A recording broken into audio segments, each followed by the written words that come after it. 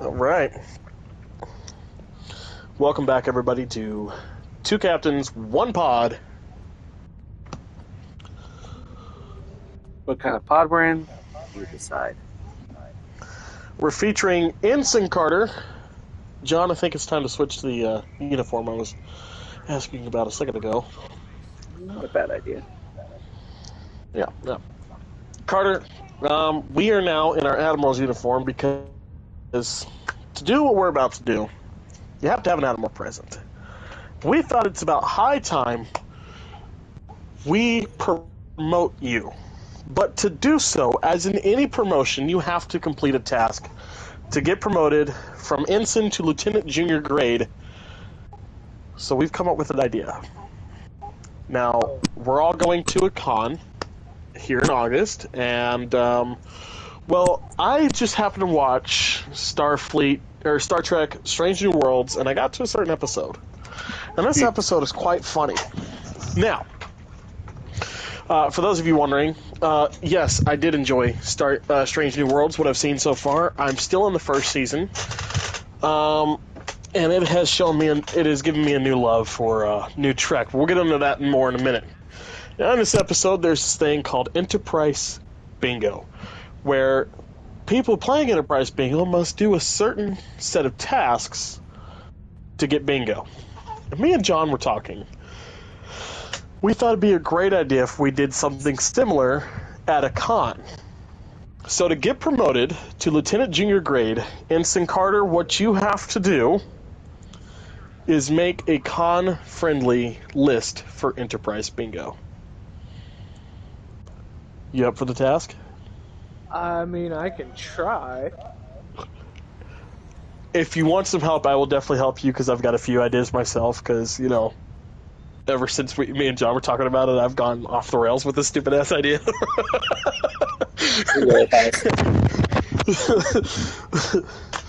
So, but I thought, hey, a little bit of fun here, you have to, run up and take a picture with, like, a certain cosplayer from a certain, designation like Naruto or, Ninja Turtles or DC, Marvel, whatever. Something along those lines, Okay. You have to obtain something from someone, like a certain business card. You got to go to the right vendor and pick up their business card. Some shit like that. Something stupid, just absolutely, but something that's going to be a little bit of fun.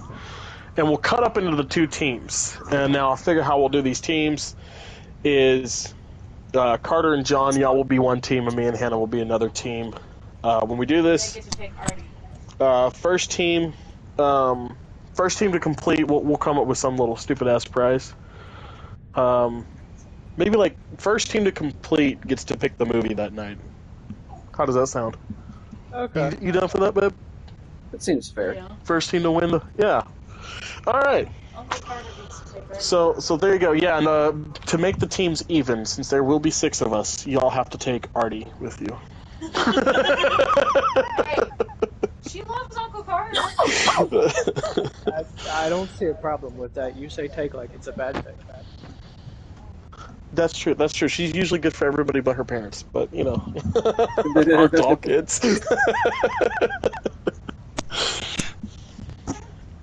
But guys, now back to the actual episode stuff. We are on First Contact. I've got 2 articles we're going to read tonight.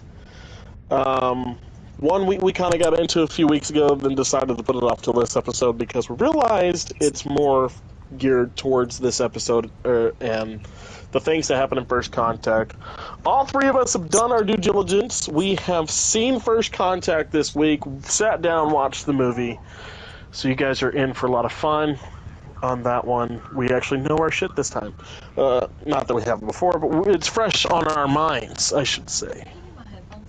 Carter ended up watching it today. I watched it Tuesday, and John, about 15 times this week?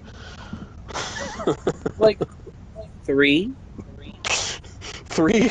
You're slacking, my guy. You're I guess slacking. so. Those are rookie numbers, man. Damn. I was expecting at least 6. Oh yeah, Carter. Considering So the what- guy who put it off till last minute. It was not put off till the last minute. I forgot. I have this thing called ADHD where my brain goes a mile a minute, and I didn't remember it until the last minute. Spoken like a true procrastinator. You say procrastination, I say ADHD took over, and I've spent the last 3, 4, I don't know, however many days watching Reincarnated as a Slime. ADHD technically stands for 80 high-definition ways to procrastinate. And I should know because I haven't. No, it stands for attention deficit. Hey, look, squirrel. Disorder.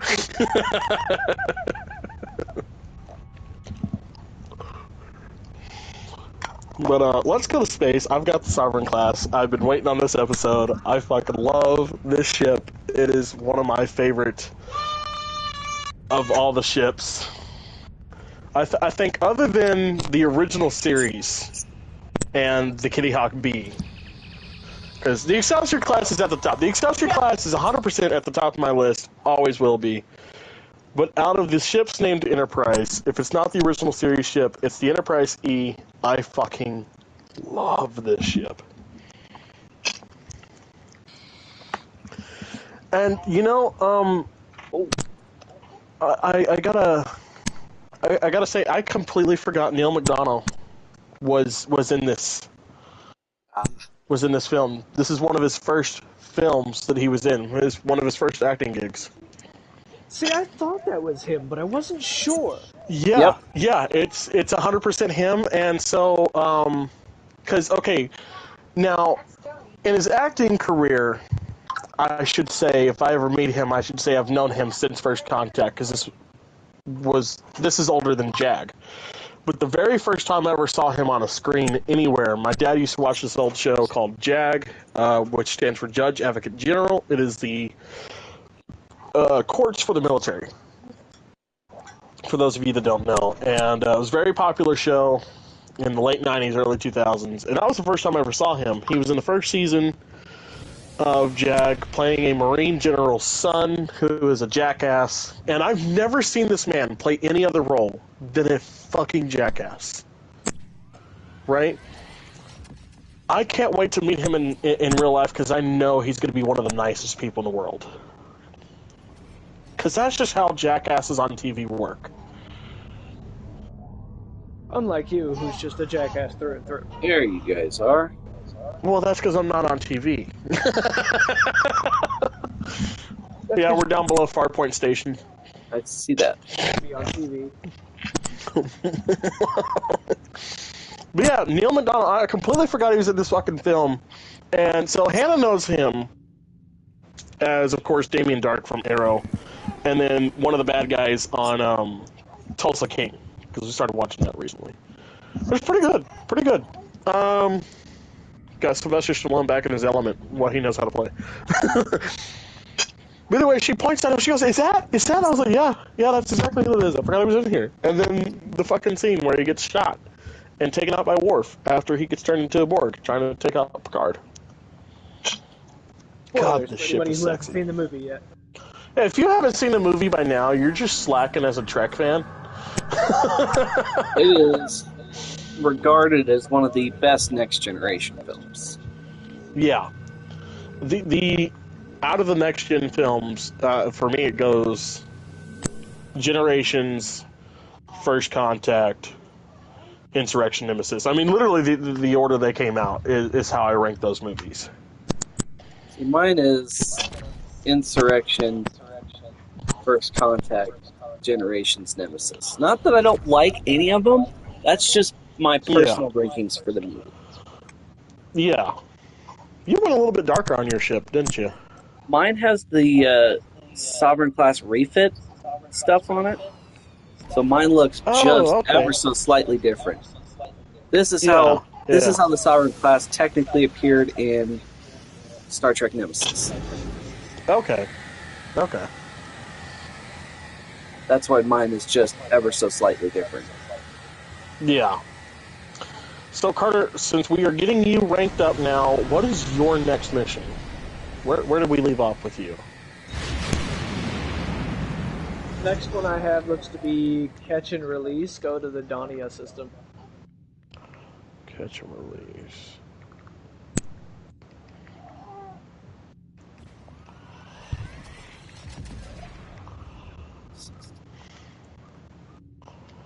Where the hell is that at?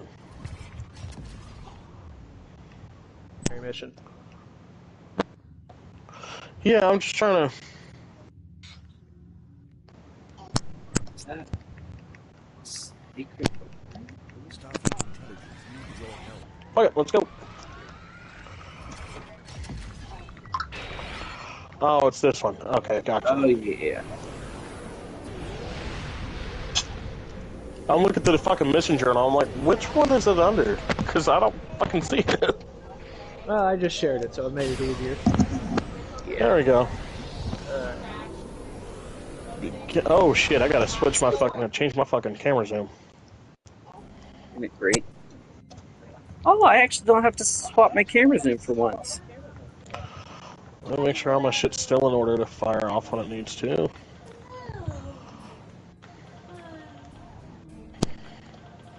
Yep. All right. Beginning Doomsday device now. You do the camera. So you hold X, and you Yeah. scroll down to where it says change camera zoom, and then you just use your right stick to zoom in or out. Yeah. Yeah, I just couldn't remember where the setting was. Yeah, I got you. Trying to go kick some Klingon ass. Alright, we're not starting with Klingon racism. Fine, no space racism. Bullshit.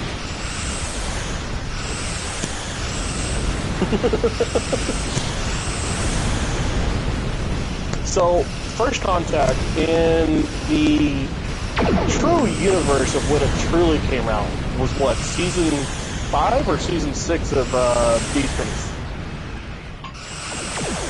Because I know they welcomed back Worf back on, because he was captain of the Defiant, and then they welcomed him back aboard the Enterprise E.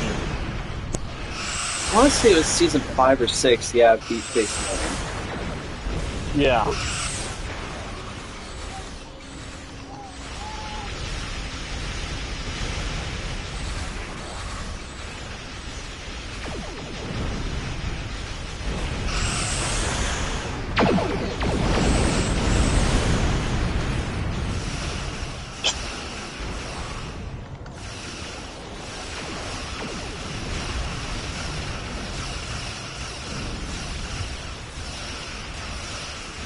I'm trying to kill me.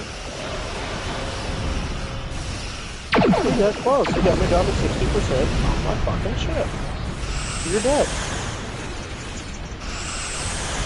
Oh, he got me. Shit. Okay. So, Carter, give us your overview of First Contact. What did you think? What did you like about it? What didn't you like about it? What would you change, if anything? Whatever you need, sir. That I didn't was it felt a little gimmicky in certain parts. How can I help? Like Okay. I felt like with a few things they tried a little bit too hard. One of the things that I did enjoy was the way they tried the human element, giving him the human skin and everything. I thought was really cool.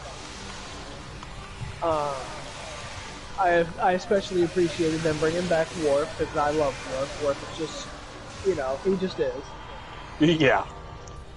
I really enjoyed seeing a lot of those characters that were coming back in that are from the older, from the original and everything. Mm-hmm. And for me, I would give it a solid 7 out of 10. I appreciate different things. I felt like they had to try really hard to get the doctor. I can't remember his name for the life of me at the moment.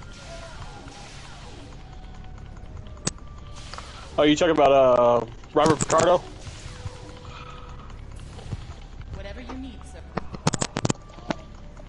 Um, Cochrane. Oh, yeah. When everything seemed like he was this major important person in the future, you know? Right. It very much. I love the tone that they set with this movie about, it's very dangerous to meet your heroes because they might not be who you think they are. And then the talk between Lily and Picard with Ahab, I thought that was a really nice nod and reference. And seeing him, the way he interacts after after his 6-year stint with the Borg and everything, and this being the follow-up to that, I thought that was a really great way to bring that story full circle. Right. I really like the effects that they did with the Borg Queen. That was really cool to me. Oh yeah. And it's funny that you mentioned the human skin on Data. So, of course, what we perceive as Star Trek fans and people in the universe is that was grafted on to Data, of course. How can I help? But the truth of it is, and when you the kind of behind the scenes thing that you get with that is so Data actually was just not wearing makeup in those spots. And that's what really happened for him, was he was not wearing makeup in those spots, but they did it in such a way that just made it look like, of course, it was just grafted onto him. Little folds up where the skin met the artificial skin. Data did say, Brett Spiner did say that in one interview that I've seen talking about that movie is when they started Data in the makeup, it was a bit itchy at first, and then when they got to First Contact, they had to redo the makeup because whatever they were using before was no longer available. So they had to find a new palette available for him, and it was also itchy as well at first. So those scenes, and they filmed those, I think those were some of the first scenes they filmed. They had he was like, it was a breath of fresh air not to have my full face covered, but it was so hard not to itch where the makeup was on my face, because it felt like, they had like ants crawling on him.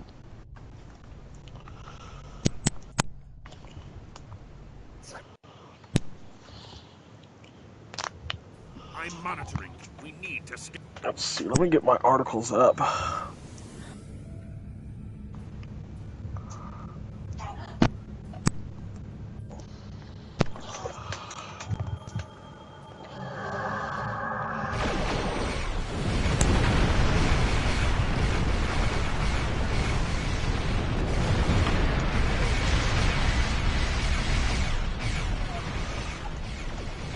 Oh, Carter, at the end of this mission, you're going to be given a chance to get the Klingon torpedoes as a reward. The ones that you use on this Burrell class that you're flying right now. I highly suggest you use them, because they are phenomenal. Bavat must have upgraded the security. Scanning the generators now. I have the data. We will need to load the control program into all 3 generators. After that, we can change the command codes from a terminal on the planet's surface.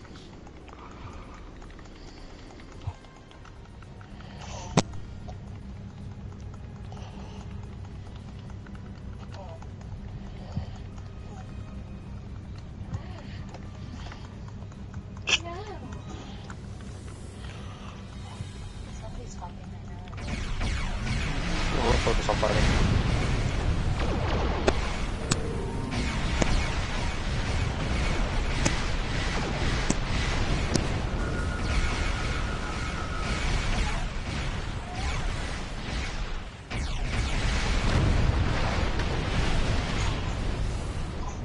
Uploading command program.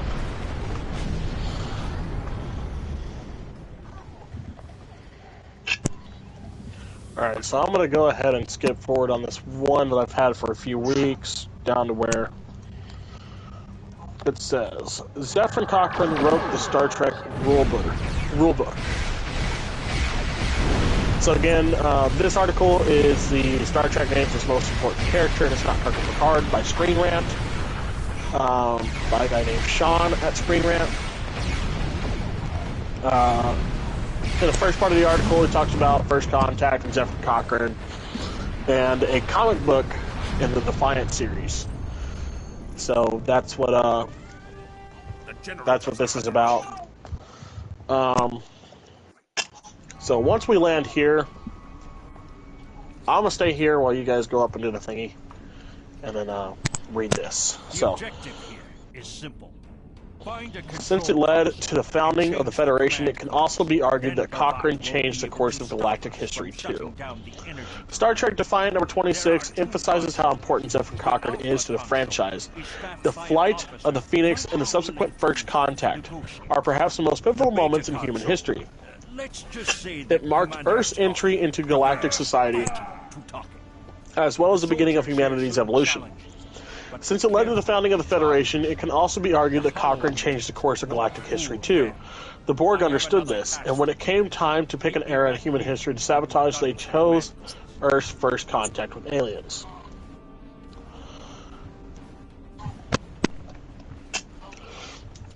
Other moments in Star Trek's franchise have reinforced Cochrane's importance to the galaxy. The fourth season of Enterprise two-parter, In a Mirror Darkly, opens with another grim mirror of First Contact. The Vulcans land and are immediately overrun by Cochrane and other humans. Although not stated out loud, it is heavily implied that this event led to the creation of the Terran Empire of Star Trek's mirror universe. If Cochrane's actions indeed led to the Empire's birth, then his importance increases to a scale far beyond any other Star Trek character.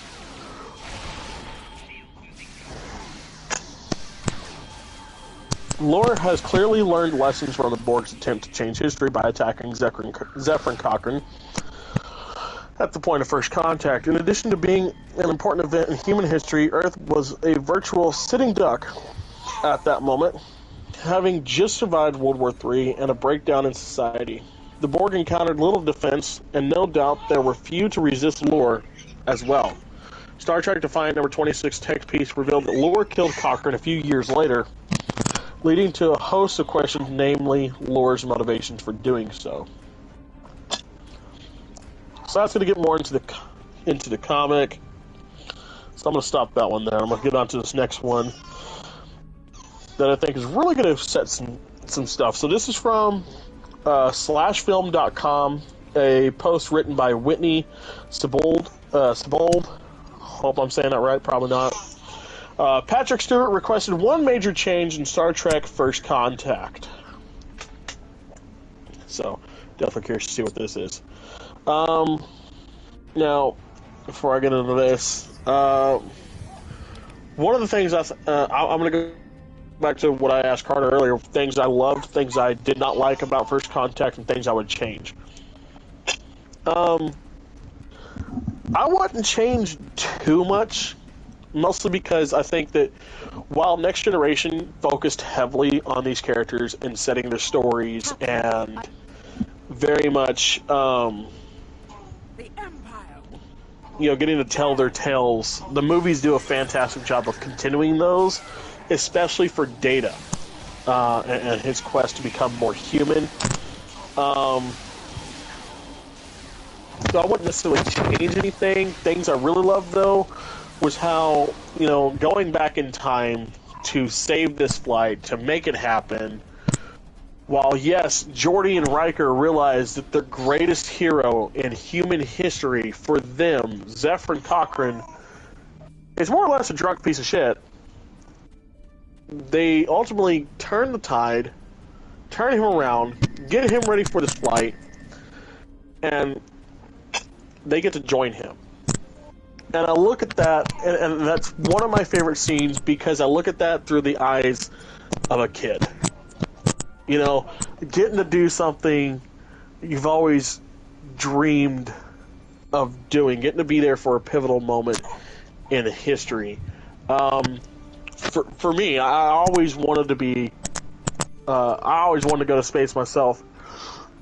I always dreamed of you know, being on the space shuttle and you know, flying to the International Space Station. And for me, that kind of came true for the space shuttle's last mission when they landed at Kennedy. They flew from Kennedy to the base where my dad was stationed at the time. For the very last one, it was I think my senior year of high school is 2015, I believe, is when they stopped the space shuttle missions.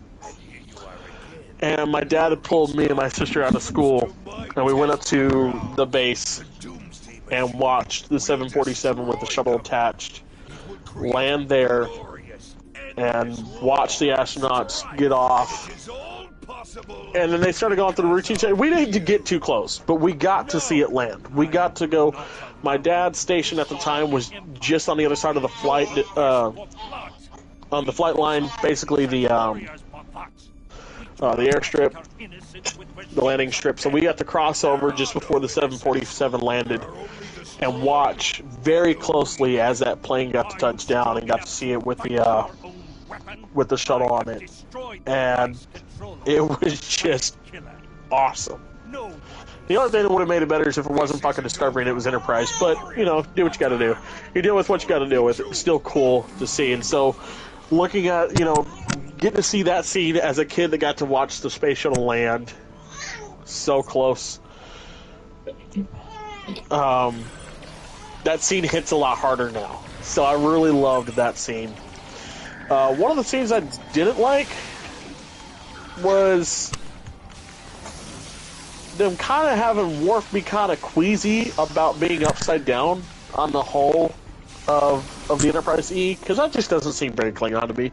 You know, I mean, I could be wrong, but you know, you're trained for that stuff. You're in space all the time. Come on, there's moments you're upside down more than once. But that's just me. John, what do you got? I see it.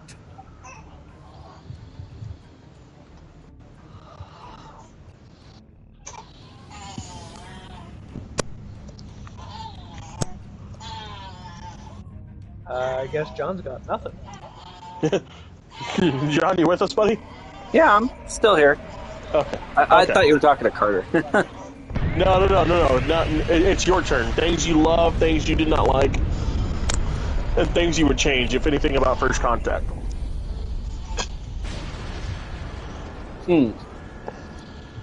Structural integrity holds, I don't sir. think I'd change anything about this But contact, be okay. to be quite honest with you.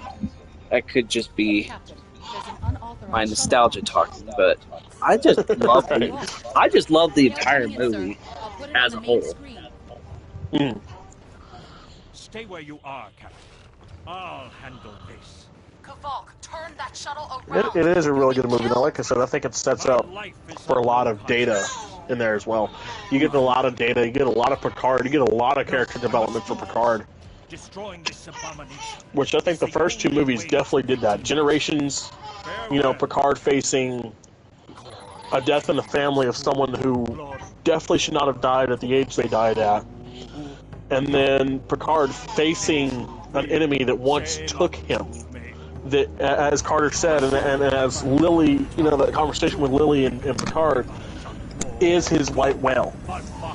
You know, right. That is, you know, he is Captain Ahab, and the Borg is a white whale. And it really sets up.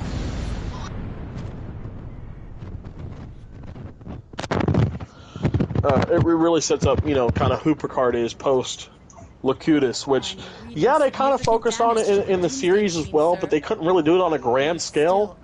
And I think this was their grand scale to do it in. Absolutely. They might be enough to finish the job. The machine's hull is solid neutronium, so targeting it won't help. All right, let's get into this. Slashfilm.com And launch the torpedoes down that thing's throat. article. In Jonathan Frank's 1996 film Star Trek First Contact, the Borg, an invading force of malevolent cyborgs, had formed an attack plan against Earth. Boy howdy, was it complicated. At first, they tried a frontal assault in one of their cube-shaped ships, but Starfleet fought them off. That, however, was only Plan A. Oh, shit. I flew right past that fucking.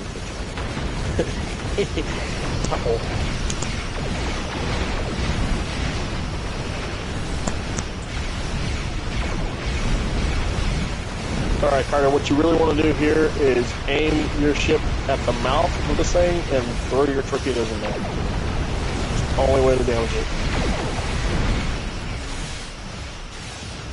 But when you see it get like this, run the fuck away from it. Get the hell out the way. Because it will kill you. Quite like that. Yeah. It's okay, it's a tough son of a bitch.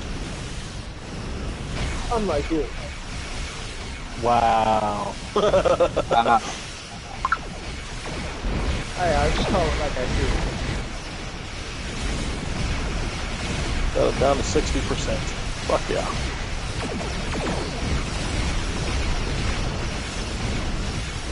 Look out, it's gonna do it again.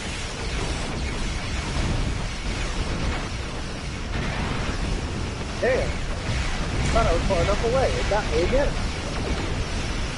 Hey, you practically have to get behind it Yeah. to avoid it. Oh well.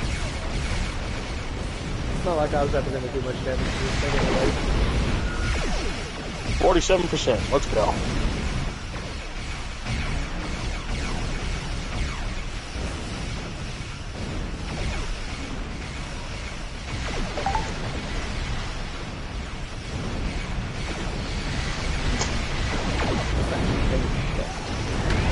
Here. Yep, there it is. God. Yep, got done.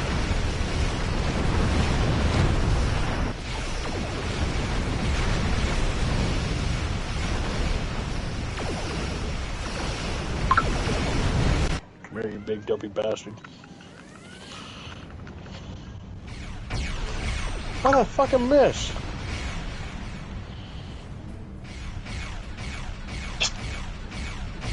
Shit, I'm about to die. I'm getting hit by everything else over here.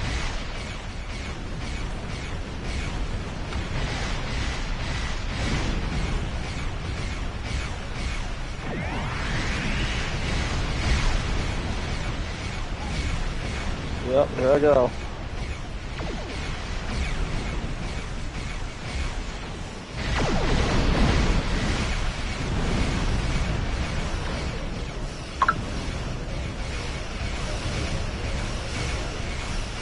Please let me get one more shot off.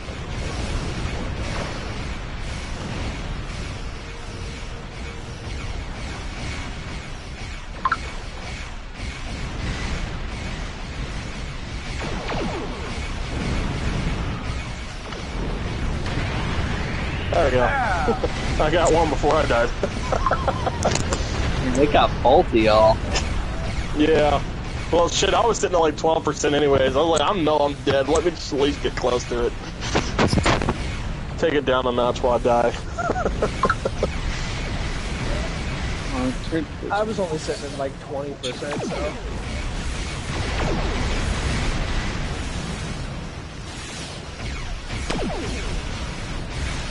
Shit.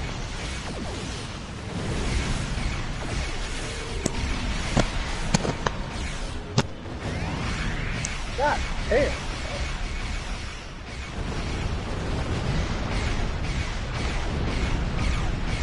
%. One more run should do her. Boom! Shakalaka! Hell yeah. And yet we're all still dead. Fuck. That's because we got caught in the blast. Like a couple of assholes. Well, that does that. Captain, Captain, my name. it might be important. Captain, Captain. it might be the Warping important out thing. now.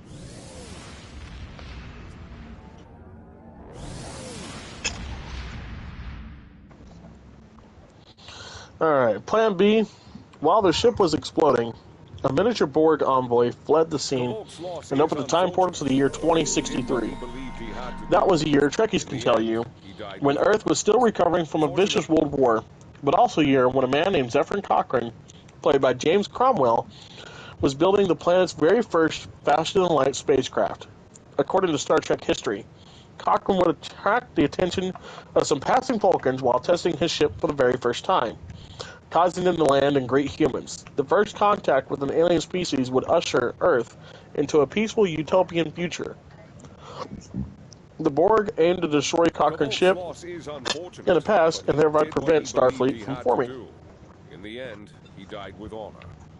Fortunately, you were able to destroy the Doomsday device and end the threat of Bavat's weapons programs. Admiral Quinn says you're the right...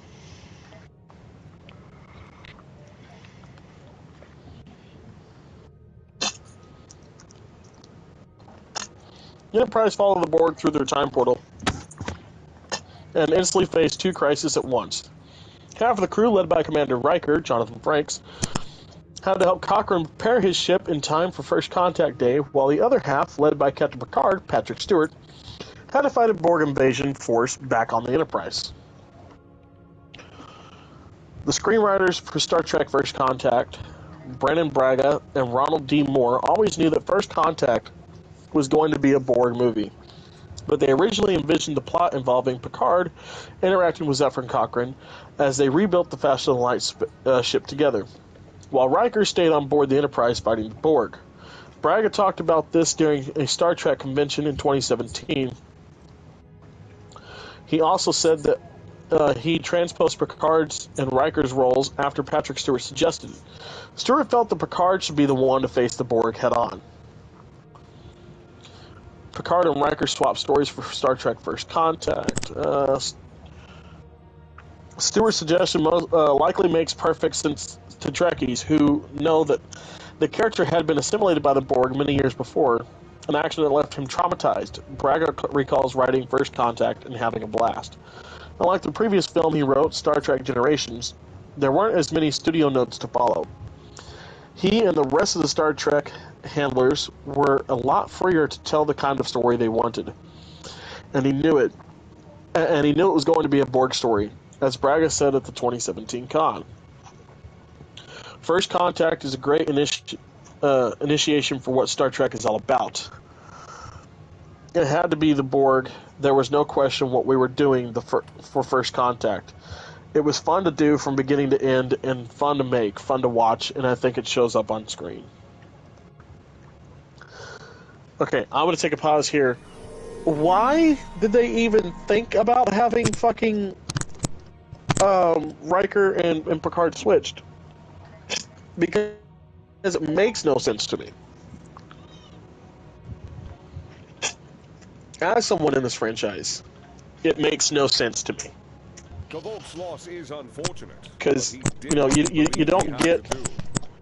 That wouldn't make for good character development, I think, in my personal opinion. Admiral Quinn says you're the... I don't know about you guys. Yeah, I don't feel like it would make very good development either.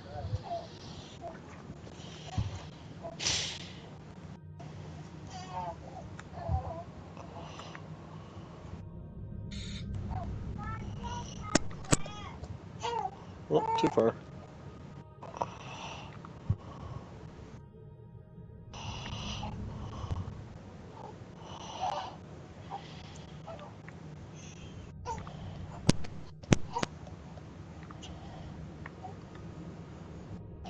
Damn it.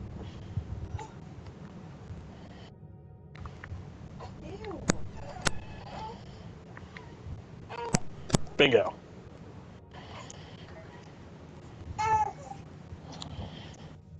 Kavok's loss is unfortunate, but he did what he believed he had to do. In the end...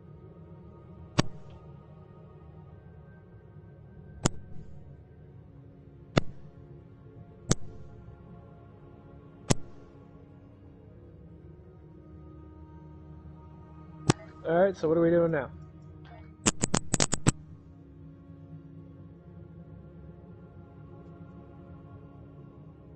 Well, I think John's going through his inventory real quick. I'm doing the same thing myself.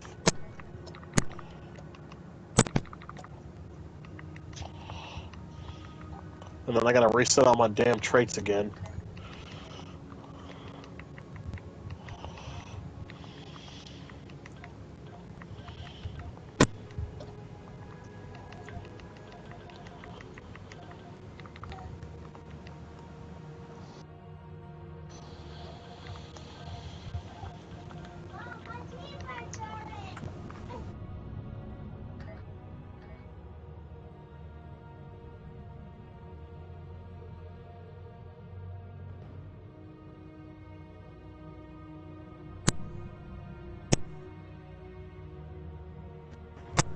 John, you good there?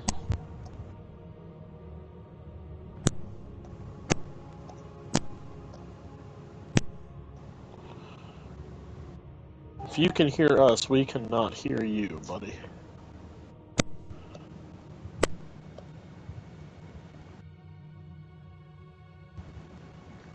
Did we lose him? Maybe?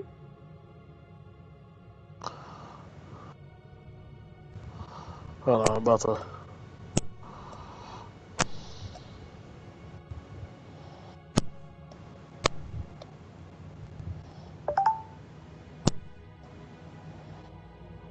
Nope, just got a text from him. Okay, one sec. Technical difficulties, everybody. Okay, while we sort out the technical difficulties, I'm going to go ahead and read on more about this. So, he also talked about how he and Moore initially liked the idea of Captain Picard having conversations with Zefram Cochrane, while Riker handled the action hero stuff in orbit. Stewart, however, thought the script should be changed.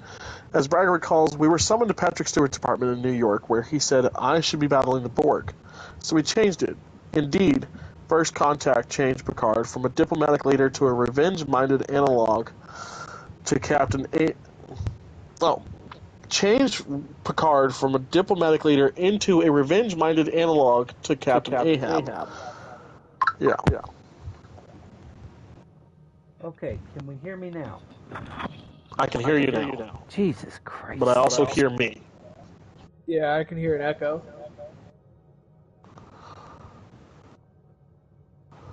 Okay, just a second.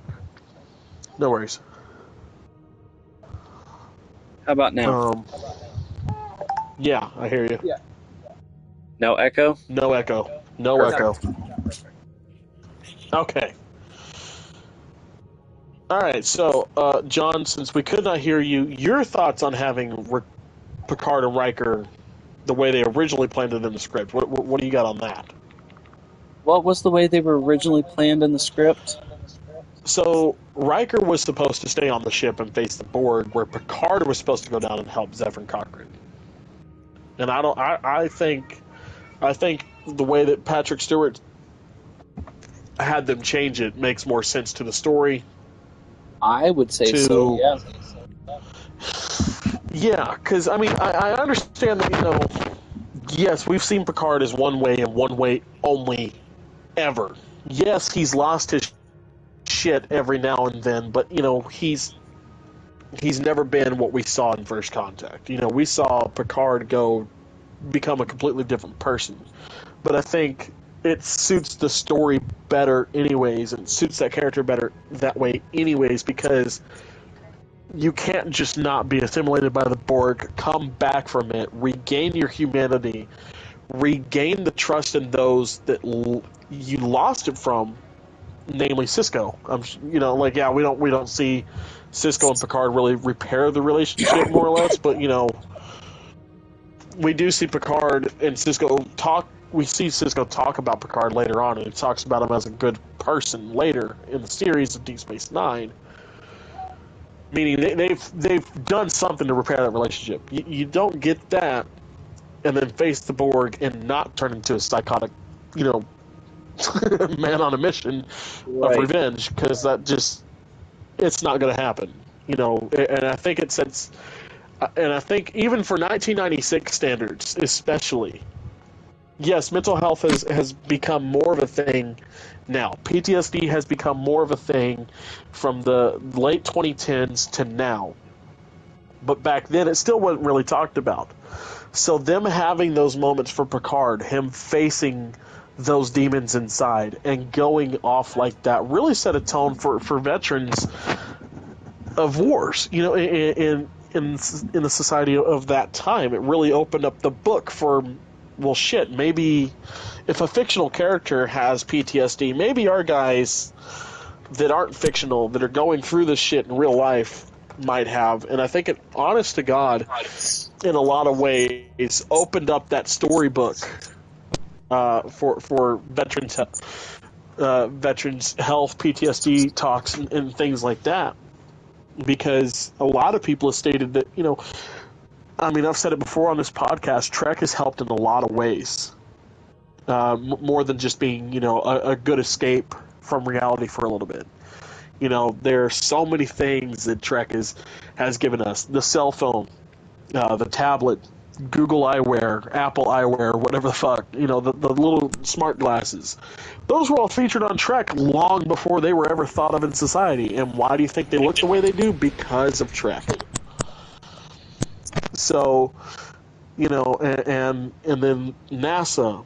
NASA kept Trek going, Trek kept NASA going. A lot of the actors and actresses from Trek have been involved with NASA. Namely Nichelle Nichols, Lieutenant Uhura, who was so closely working with NASA that pretty much everybody that was on the Challenger was someone that Nichelle Nichols had pulled in through her work with NASA. And so to say that, this movie would not have started those conversations where they weren't there before, kind of non-existent. I mean, my dad has said, not outwardly, he's one of those guys, I don't want to be a statistic, and in a lot of ways I'm the same way. Having been a firefighter and EMT, I don't want to talk about it. I know I need to, but my dad has said that Trek kind of got him on the right path for that kind of stuff. Watching the movies and seeing what the characters go through and thinking, well, you know what? I went through shit that was a lot harder than what they go through in a movie, and if those characters got PTSD, maybe I do too. And my dad has started to get help for it, and that's been a push from us as a family, and then honestly the shows and the movies that he watches. So to say that didn't have an effect on that, I think would be wrong, and I think that is honestly another pivotal thing that the movie tried to get out. Yes, the overlying tone is be wary of the people you put on a pedestal. Be wary of the pedestal you put them on, because they rarely ever measure up. Mm-hmm. But you also have, this is what PTSD looks like. This is what someone who suffers from it looks like. This is what they'll do. This, this, that, and the other. So, I think that speaks highly, especially of a film from 1996, when that conversation wasn't even a thing yet. Absolutely. That's just my standpoint on that. But yeah, I mean, again, as a Trekkie, how the fuck did they even think that I get it, Picard helping with Zephyr Cochrane, I get that. I wholeheartedly understand that. Because, Captain of the Enterprise comes in and saves the fucking day again. It's always the Captain of the Enterprise, right? It's never anybody else. It's not the first officer. It's not Riker. It's not Spock. It's not, Scotty does the work in space. Geordi does the work in space. But when it comes to hands-on, physically doing the work, it's Picard. It's Kirk. It's, alternate universe Kelvin timeline, Kirk. It's all these other. It's the Captain of the Enterprise. So I get that scene from it, but like I said, I get that view for it, but it just doesn't make sense to have it be a Borg story and Riker taking on the Borg. So I'm very happy that Patrick Stewart called them over and said, no, we need to do it this way. And then hats off to Patrick Stewart for wanting to play that type of Picard, for wanting to show that side of Picard. Because, a lot of actors, when they go through movies like that where they have to play a character with PTSD, and they have to face the thing that gave the character the PTSD, they say it's a very hard role to do. Most notably Tom Hanks in Saving Private Ryan. Andrew Garfield in Heartbreak Ridge, playing Private Doss. the guys that played the Band of Brothers, Easy Company. You know, when faced with that stuff, they're hard characters to portray because, especially when you're doing now. I'm not losing my train of thought. I'm just thinking about my argument about to become invalid. Because Picard's a fictional character all the way around, and the guys that I was naming were playing real characters based off of real people and real stories. And most of those guys played those parts while those people were still alive. So, but either way, you know, playing a character that has PTSD, facing the thing that you have PTSD from, as an actor, gets a little bit difficult. Because one, you got to put yourself in those shoes, and as someone with PTSD, as someone with who has done that on a daily basis for years, Right. it's hard to portray those emotions legitimately. And I think Patrick Stewart did a phenomenal job. And that's just hats off to Patrick Stewart. That's why he is Sir Patrick Stewart. That is why he is the actor that he is. I mean, you don't get much better, because when you watch this movie and you go through that with Picard, and you know, when he finally gets to that turning point where he has that conversation with Lily, and he finally gets to see himself and kind of condense and compress and realize what's going on, and he starts to see him get a handle on himself, you feel for him. You feel for Picard. And he does it in such a way that just absolutely 100% puts you there. And I think that's it. It's a measure. I've got no words for it. what I've said. Yep. See, for me, I don't see it that way. Even though Picard might be a fictional character, I still see the things that he had to go through, the things that the decisions and the choices that he's had to make would ultimately lead to PTSD as it is. I mean, you have to see Right. it. Yes, Picard may not be an actual person, but all of the things that he embodies are something that people go through. He's a leader. He's the one that everybody's looking to say, yeah, we're going to be fine. We've got this. And you can see that in his face when he's going through the different things throughout First Contact. Like when in that one scene where he has to shoot the dude before he turns into the Borg, you can see the pain in Picard's eyes because he knows what that crewman is about to go through, and he does not want him to go through that. Him Right. having been in that position himself, he knows the pain, and he's sparing that crewman of that. Right. Or even in the scene in the armory, he's like, you may encounter Enterprise crew members that have already been assimilated. Don't hesitate. Believe me, you'll be doing them a favor. Right. That and then let's go back to the opening of this movie. They've got orders to stay away. Yeah, and that's because the Admiral knows. Yeah. The Admiral knows. Picard, you should not be in this. This is a conflict of interest all the way around. Because, yes, you have the most updated ship. You can come in here and solve this problem like it's nobody's business. But we know what this is about to do to you. We know, because, of course, you got to think.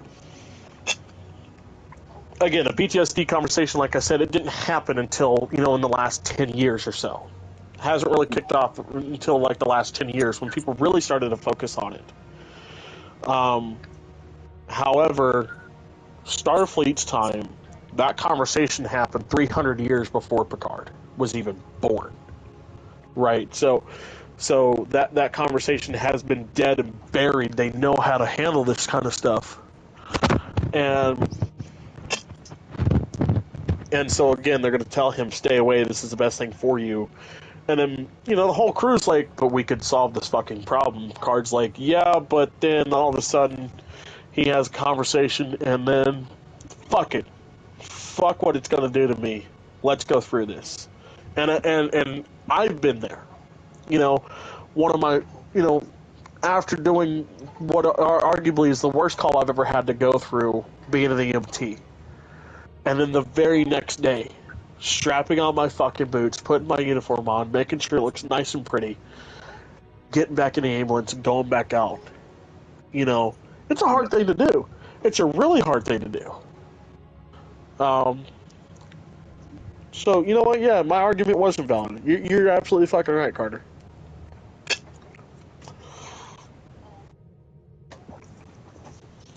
I'm sorry, I missed that. Can you say that again for me? No, I don't think so. Yeah, I saw that one coming. I did too. I just think I'd let him get his hopes up a second, then take him away. As you do. John, have you returned from your adventure that you went on a second ago? Oh yeah. Okay, all right. I didn't take the controller with me. Was that even mine? Well, you texted it to me, and then I said, "Okay, I got you," and then you talked almost immediately after. Like, did he already go? Is he about to go? How long do I need to talk for?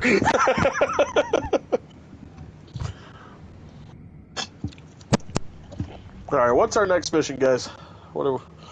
So Carter should have a couple of missions coming up that I can't queue up because we can't replay them because that's the kind of missions they are. Oh, they're the solo shit, aren't they? Huh? That's the solo stuff? It kind of.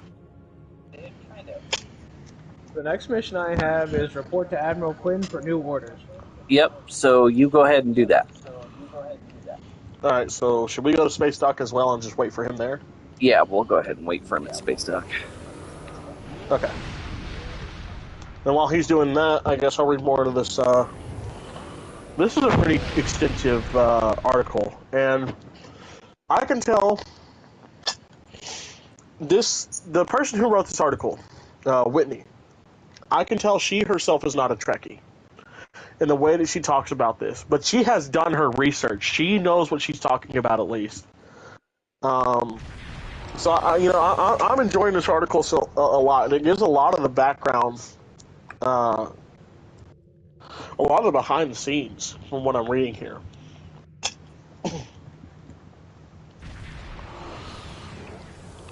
Just gonna go ahead and South Tower real quick. Oh, you know.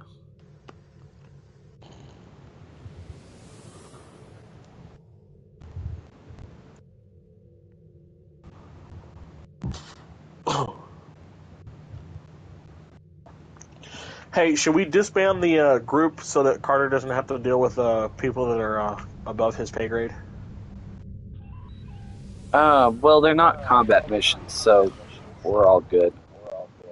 Okay. It's just like, hey, talk to this person here, and then go deliver this guy. That's it. Oh, that's right. Yeah. Go talk to Admiral Quinn, and then the next one is like, go deliver this guy, and then we're bueno. Hey! Spoilers. Is the shuttle mission coming up for him soon, or is that later? That's a little bit later. A little bit later? Damn, doesn't really want to show my overpowered fucking shuttlecraft again. Yeah, that's not for a few missions yet. Okay. Alright, so continuing on with this, Frank shot all of the Zephyr and Cochrane scenes, but he also directed the film, so his character work was light and amusing. He wasn't left out of the movie for a lack of action. Stewart got to fire weapons and run around in a tank top, but Riker was present during humanity's first warp flight in Star Trek. They both got fun things to do, and pretty much everyone loved the movie, including original series cast member DeForest Kelley. Oh, that's cool. Oh, that's the end of the article. Okay.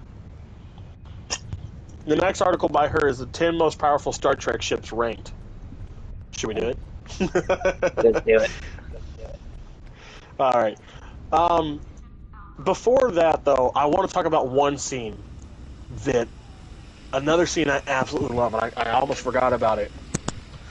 The scene where Picard does beam down to Earth in 2063 and puts his hand on the Phoenix, on the Phoenix. About to say Phoenix missile, but that's not right. That's something totally different. But puts his hand on the Phoenix, and Data goes, "For why? Why did you do this? Does touching it do something, else for you? Whatever?" And he goes, "Just a childhood dream, just a boyish dream."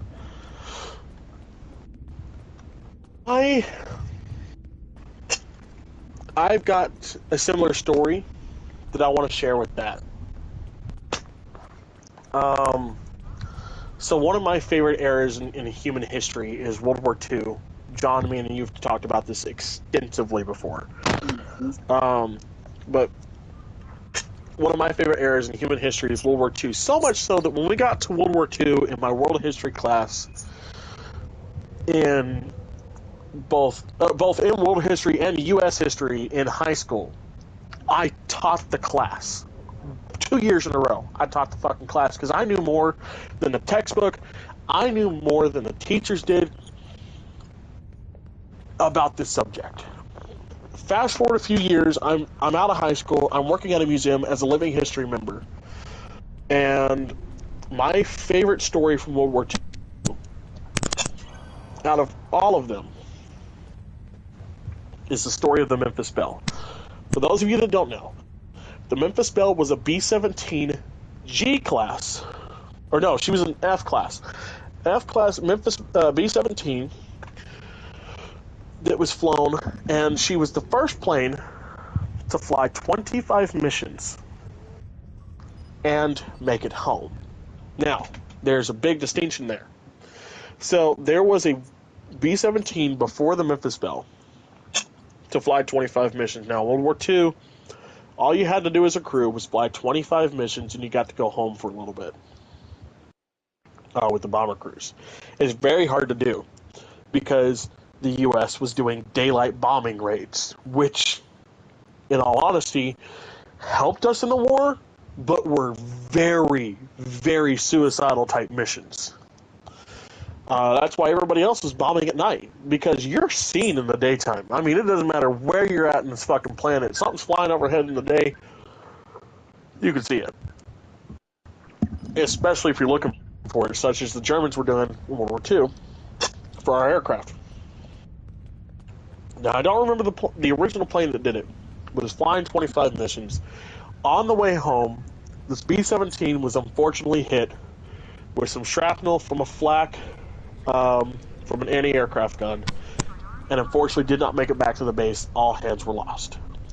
So when the Memphis Belle flew her 25 missions and made it home safely, she got to go home. She got to tour the nation, became a really famous plane from that era. Arguably the most famous B-17 out of World War II. Now, I'm playing Captain Morgan, who was the pilot. I'm portraying Captain Morgan, who was the pilot of this plane. Now, what living history is it's kind of like a reenactment, but you get more in depth. You pick one specific person, you read about them, and at the museum that I'd worked at, I was over in the World War II section for this aircraft museum, and I got to stand next to this little bitty, not little bitty, it was a pretty decent sized RC model of a B-17. And, Chris, you may want to move up, buddy. Okay. And so I people come over to me and I talk to them as if I was Captain Morgan. And I'm going through detail after detail about this plane. I deep dived into the crew. I deep dived into Captain Morgan himself, who would later become Colonel Robert Morgan and fly one of the B-29s in the Japanese theater. I did a massive deep dive on these guys for this part that I was playing. And, well, they decide, the National Air Force Museum in Dayton, Ohio, run by the Air Force, the United States Air Force, decides to take the Memphis Belle, which had been sitting in Memphis, Tennessee, at the fairgrounds for years and years and years after her tour. They want to take her, restore her back to her beautiful look post World War II, and put her in the museum forever.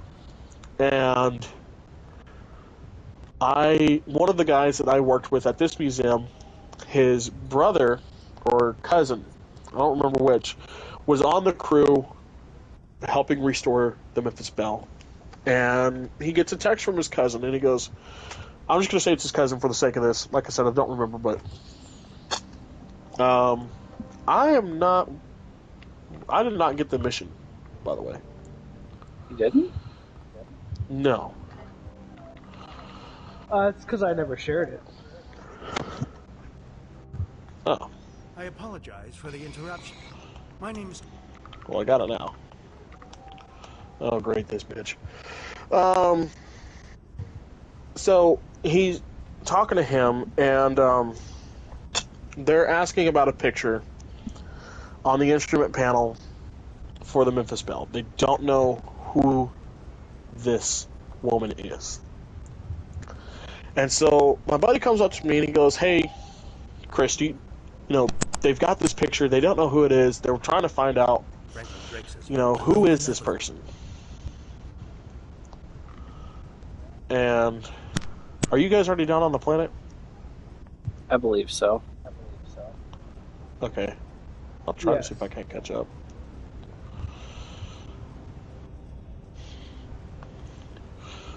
I appear to be stuck. Okay, luckily they've got something in place for that. So what you do is you hold X, and no, it's not there. It's in hit your options, hit your pause menu, and hit I am stuck. Go down to options and hit I am stuck. Okay, but yeah. So he comes up to me and he goes, do you know who this might be? Who is this picture? Who is in this picture? I said, well, that is the Memphis Belle. That is the woman who the plane is named after. And so because of me, the picture was also restored. The woman in the picture was Captain Robert Morgan's girlfriend at the time, who they named the plane after, and he left her picture on the instrument panel after all the touring and everything, and it stayed there. He even talks about in his memoir, before he passed away, he would go and visit the Memphis Belle in Tennessee when he got the chance. And, wait, Chris, are you here with us? I was a second ago. I'm down trying to access the communications log. Yeah, there you guys are. Oh, yeah. Hey, Carter, back this way. But yeah, so, they restored her picture, and he wrote about it in his book. That's the only way I knew who it was. So, at the B-17, at the Memphis Belle, if you go to Dayton, Ohio, there should be a plaque talking about the picture that they left on the instrument panel. Now, the Memphis Belle is hung from the ceiling, so you can't actually get inside of her. But there's a plaque with my name on it talking about how, because of me, they found out who this picture was. The picture's still in the plane on the instrument panel where Robert Morgan left her. And they've restored the photo.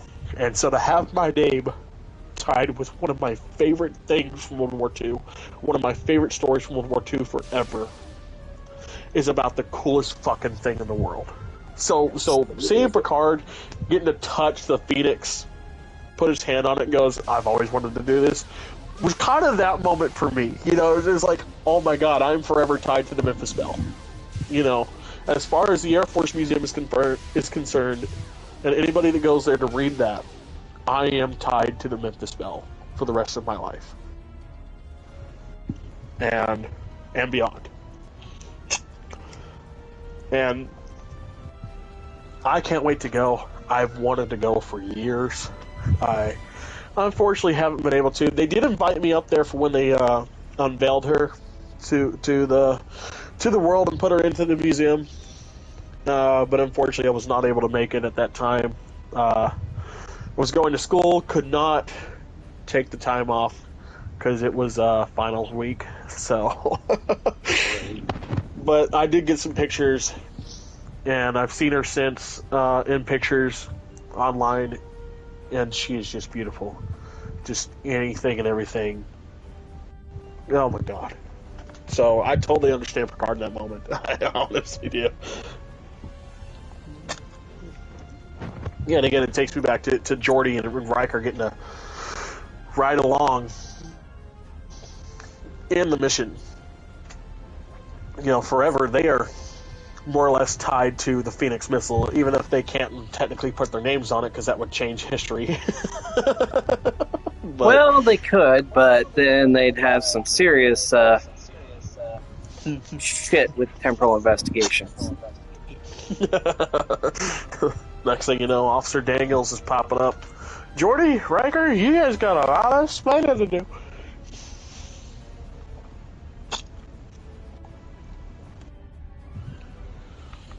"17 separate temporal violations. Biggest file on record." Man was a menace. And I thought it was going to be me. I feel like that'd be a really big call to HR. I'm trying. Oh, wait, no. Never mind. I mean, if you're trying, we've got the right officer here for it. Alright, everybody pick a bomb site and plant a bomb. You go plant a bomb.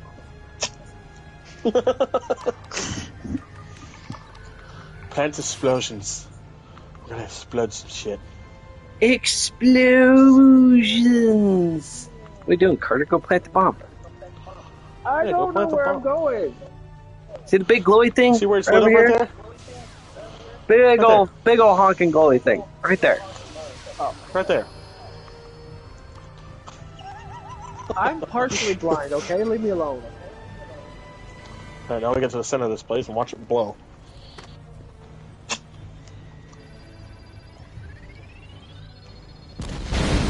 Kaboom. I should Yes, have known Rico. the Federation would send Kaboom. spies instead of Boom. diplomats. You may have destroyed these weapons, but my fleet is already on Sela, the you wall. bitch, get back here. You cannot stop. Guards, capture these. This is the only time space racism is nice. Because it's not really space racism, it's just space hatred. Of one particular woman. Whatever you did down.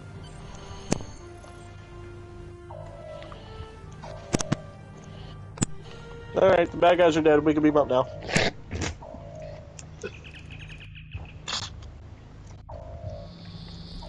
Kind of feel like Deadpool from X-Men Origins. Alright, they're all dead. You can come out now.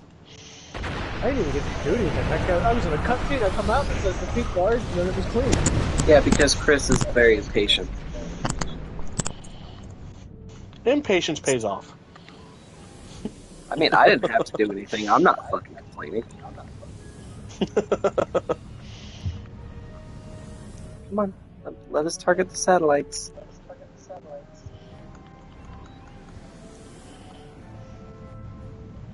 Great, don't tell me this one's broken. No, it's not. It was just given a second.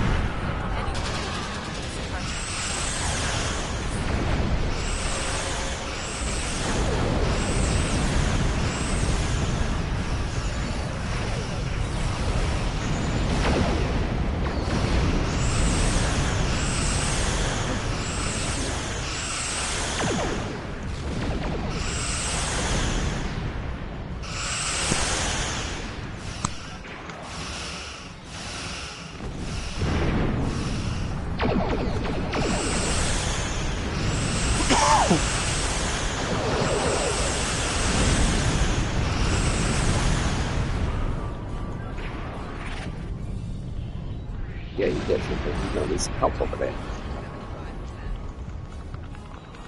Or just a little bit.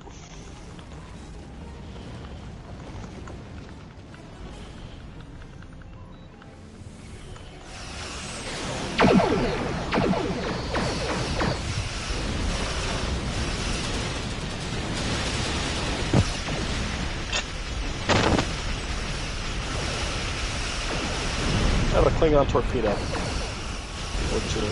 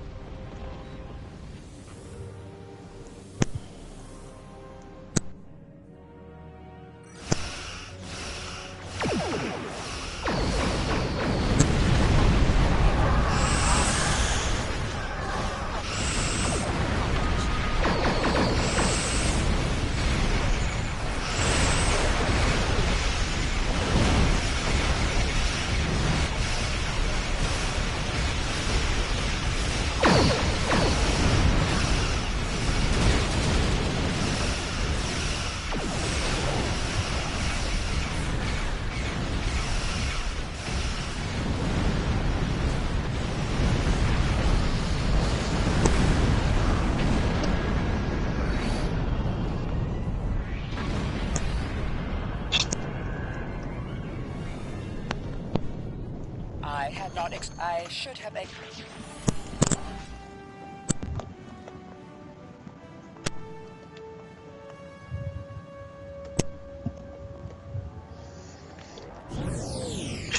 Kind of before the Hudson maneuver.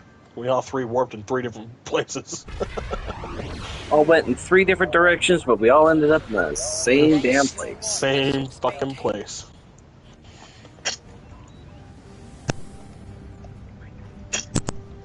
Ah, yes, I love this part of the mission. Of course you do. Because it means murder. What? How can you fight yeah. what you cannot see? Surrender now. Very, and I very may easily. do more speed.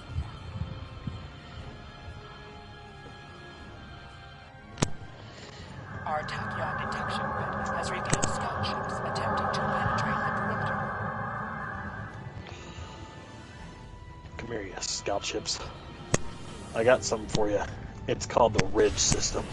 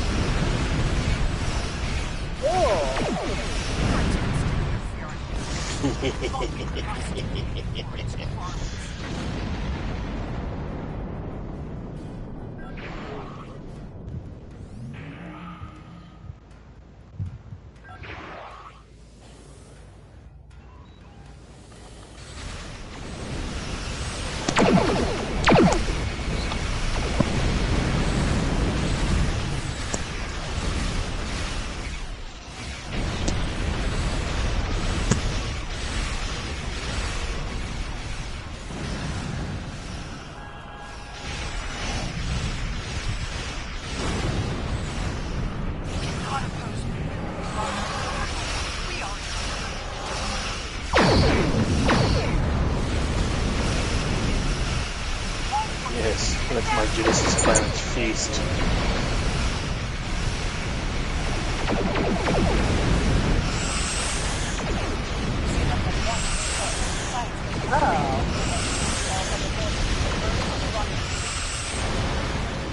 I got killed. Well, that's not good. Not usually. Yeah, it's okay. What's my own fault? Hey guys, I had another guy! I had another guy!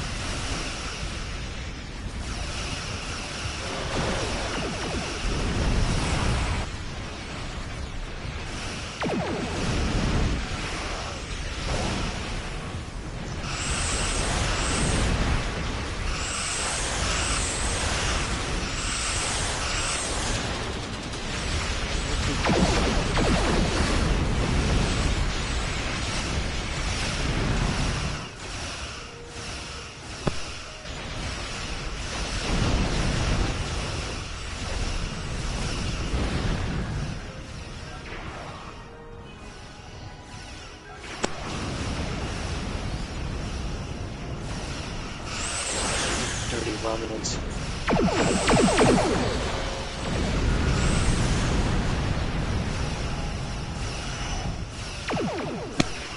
Dirty.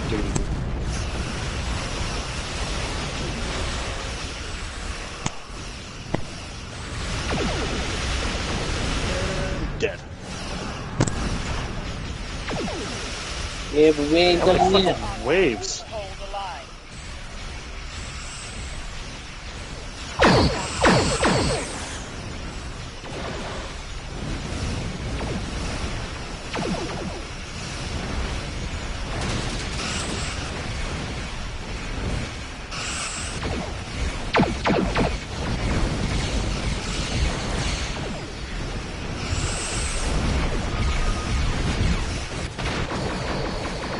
Well, shit.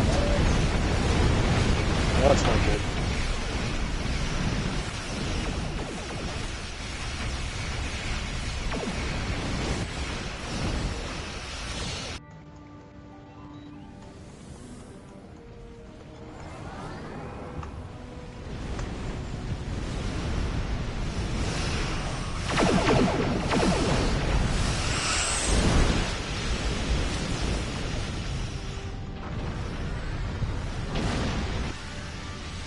You can use some torpedoes, you can use some phasers.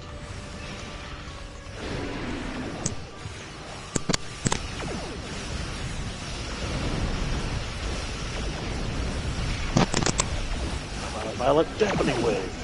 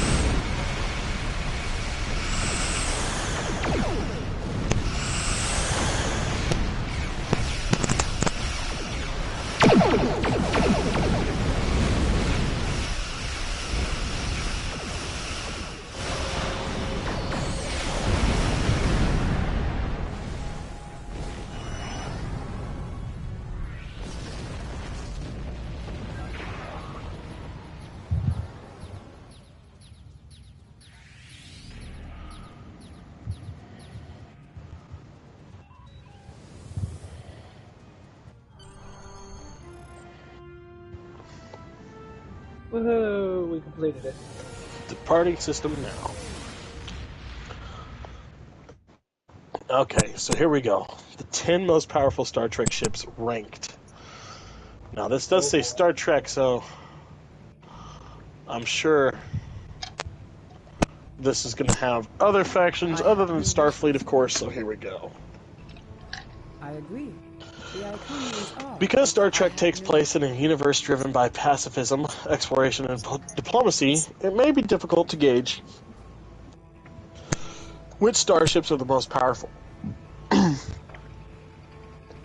superhero comics, action movies, and Star Wars, in many ways, the polar opposite of Star Trek, the phrase most powerful often alludes to one's abilities to do damage, to dominate, to overpower a foe. Starships on Star Trek, however, aren't damage-inflicting machines. They may be equipped with phasers, photon torpedoes, and other hyper-advanced weapon systems, but a starship is rarely measured by its ability to do damage. Unless you're the Hornet or the Kitty Hawk. In which case, fuck you, we roll.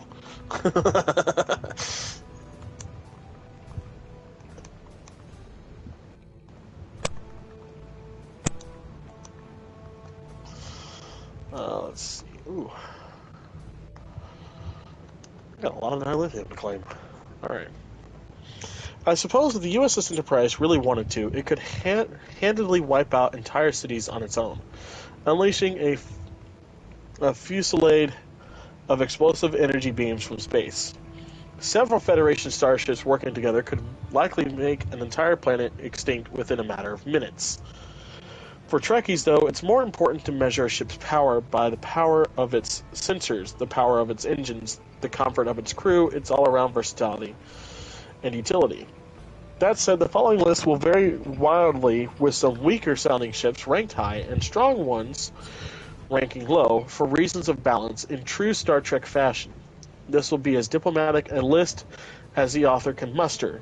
Some of these ships do indeed have a great deal of destructive power, others can travel super fast, others still are merely resilient, able to survive a great deal of time, and one of them is certainly the most comfortable ship ever seen on Star Trek.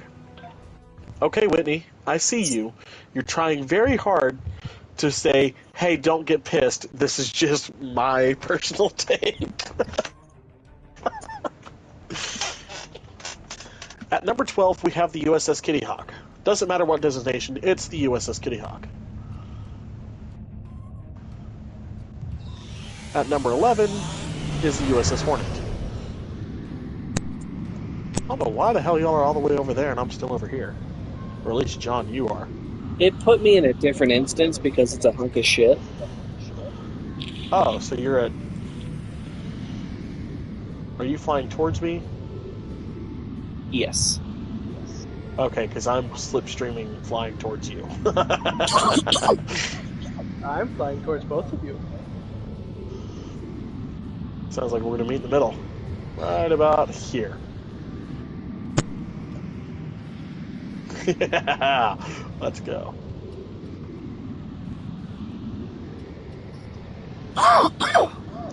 Alright, now, in true fashion, though, number 10 is the USS Defiant.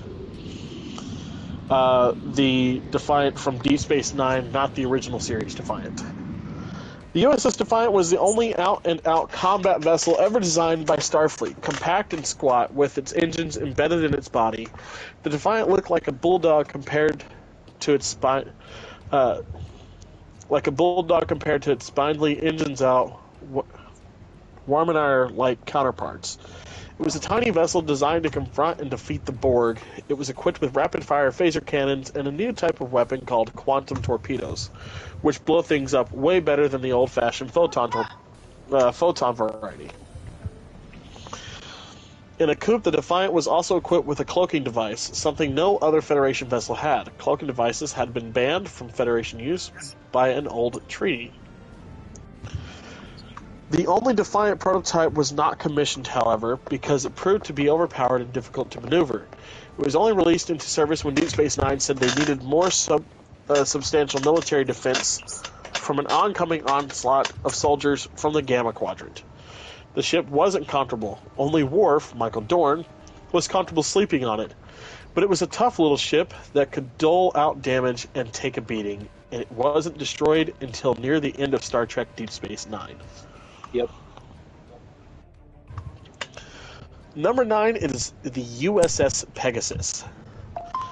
In Star Trek The Next Generation episode The Pegasus, January 10th, 1994, a visiting officer named Admiral Pressman, played by Terry O'Quinn, secretly enlisted Commander Riker to locate and salvage the USS Pegasus, a ship they had lost many years before.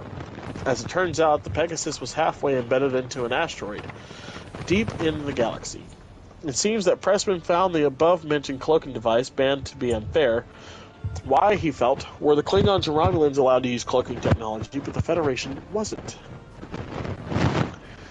As such, he illegally experimented on his own old command, the Pegasus, to see if it could handle a cloaking device he acquired illegally.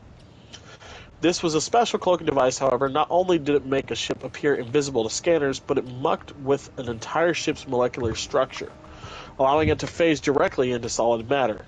It worked with the Pegasus for a little bit. The Pegasus ended up accidentally reintegrating inside a rock, killing almost everyone on board. When used properly, though, that phase device would be one of the handiest things a starship could be equipped with. If a ship could stand the gravity, it could hang out in the center of a star. It could sail right through enemy vessels undetected. It could study pre-warp civilizations by merely flying down to the surface and looking at them up close. Completely invisible. That's pretty powerful. Number 8. Oh, John, you're not going to like this. Continue. It's... I'm going off of what she said, but it's a little bit difficult to say it. The USS Enterprise D. Ooh, you're right. I don't like this one fucking bit. Okay, I see where I'm supposed to go, but I don't see a a mission. That would be because there isn't any mission selected. Okay. Oh. Alright, the USS Enterprise D from Star Trek The Next Generation hardly needs an introduction. There we go. Traveling, transwarping to desperate measures. The Enterprise D from Star Trek The Next Generation hardly needs an introduction, as Trekkies got to know it well throughout 7 seasons of television and 1 movie. Not only was the Galaxy-class vessel fast, but it seemed capable of almost magical feats of technology. Its shields could protect other ships, its tractor beams could haul massive meteors, and its engines could be heard throbbing throughout the entire ship. Of course, it had a full weapons complement. The Enterprise's countermeasures were so powerful they could literally create artificial consciousness by accident. Not to mention store every piece of art and every recipe ever invented by any species anywhere.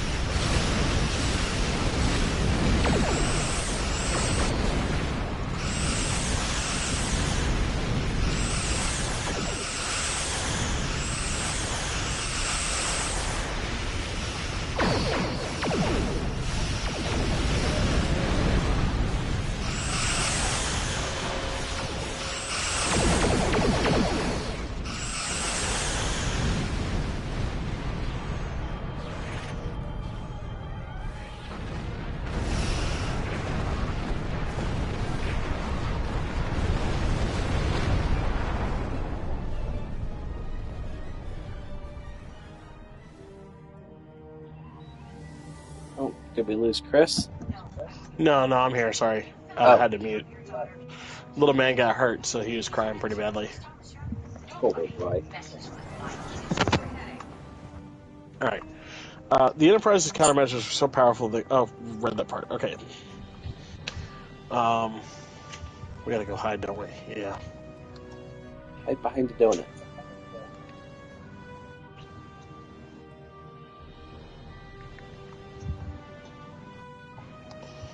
There we go. The Enterprise was also the comfiest of all Starfleet ships. There were families on board, requiring a great deal of recreation facilities. There was an arboretum, a school, and of course, the holodecks. Off-duty officers could hang out in the ship's bar, Tim Ford, overseen by Guinan, which typically served non-intoxicating synthol, but also had some alcohol, some actual booze, behind the counter for connoisseurs. Of all the ships on Star Trek, the Enterprise D is the one I'd most want to live on. Okay, at least you made it better.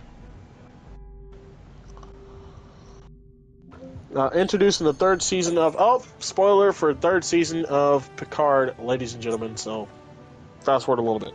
Introduced in the 3rd season of Star Trek Picard, the Shrike was overseen by the bitter changeling Vadic, who was on a mission of retrieval and vengeance. She aimed to abscond with Jack Crusher and use his unique brain chemistry for nefarious purposes. She also aimed to use his brain as a means of taking down the entire Federation as retribution for war crimes committed against her people.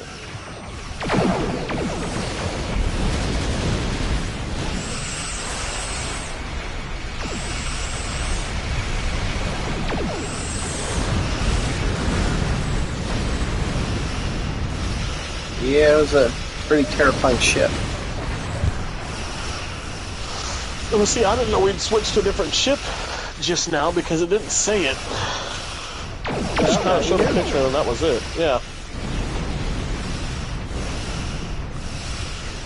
Get your stinking paws off, you damn dirty Romulans.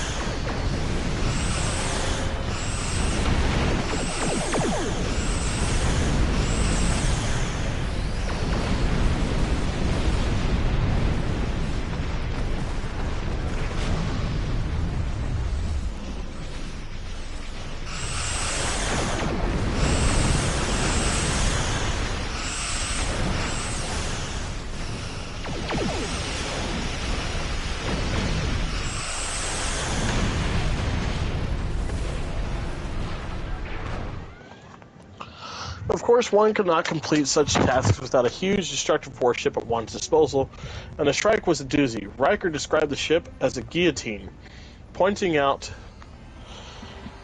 that it was clearly built merely to destroy other vessels. Its weapons were substantial.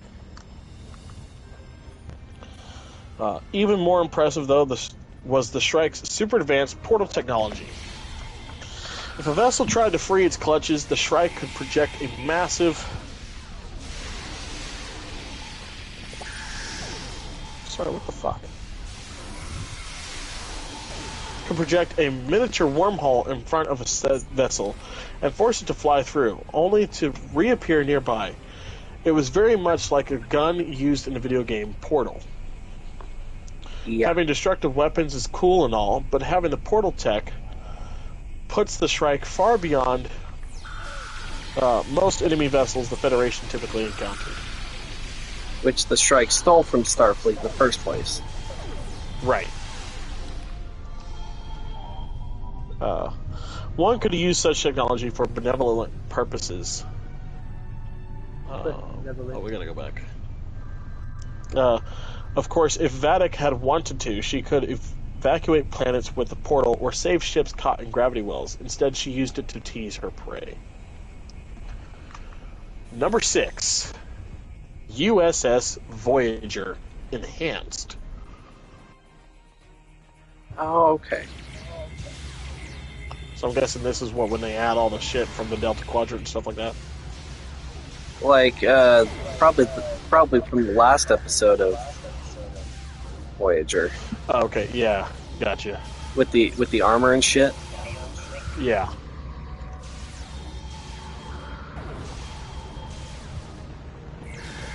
When the Voyager gets enhanced with future tech. That's right. Gonna blow up all this Borg research down here.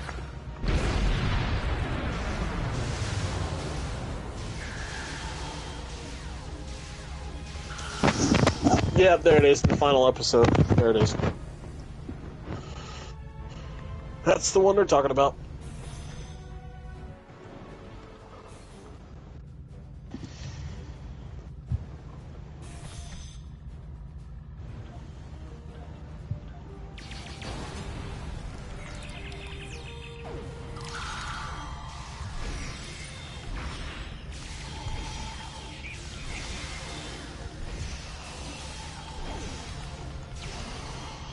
Bitch.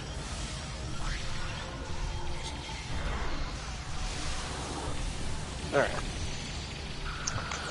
In a final episode of Star Trek Voyager called Endgame, May 23rd, 2001, an older Captain Janeway, played by Kate Mulgrew, travels 23 years back in time to the USS Voyager when it was still stranded several decades from home.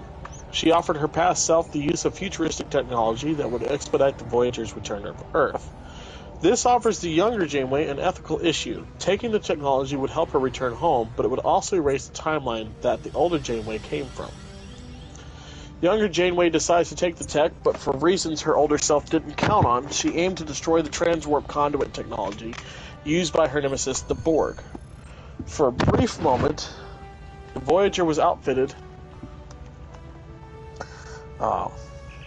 with high-tech defensive armor, powerful Borg exploding weapons, and a capacity to use Borg conduits themselves. It's the most powerful the Voyager had ever been. And keep in mind that Voyager was already plenty strong. It was one of the fastest ships made to date.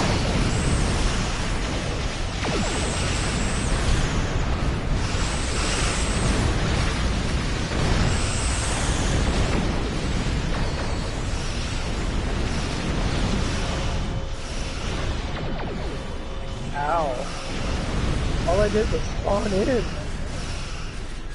Oh shit, he got too close to the ships as they were exploding. I didn't even get a chance to do anything. I literally spawned in and it said, "You've been destroyed." God damn.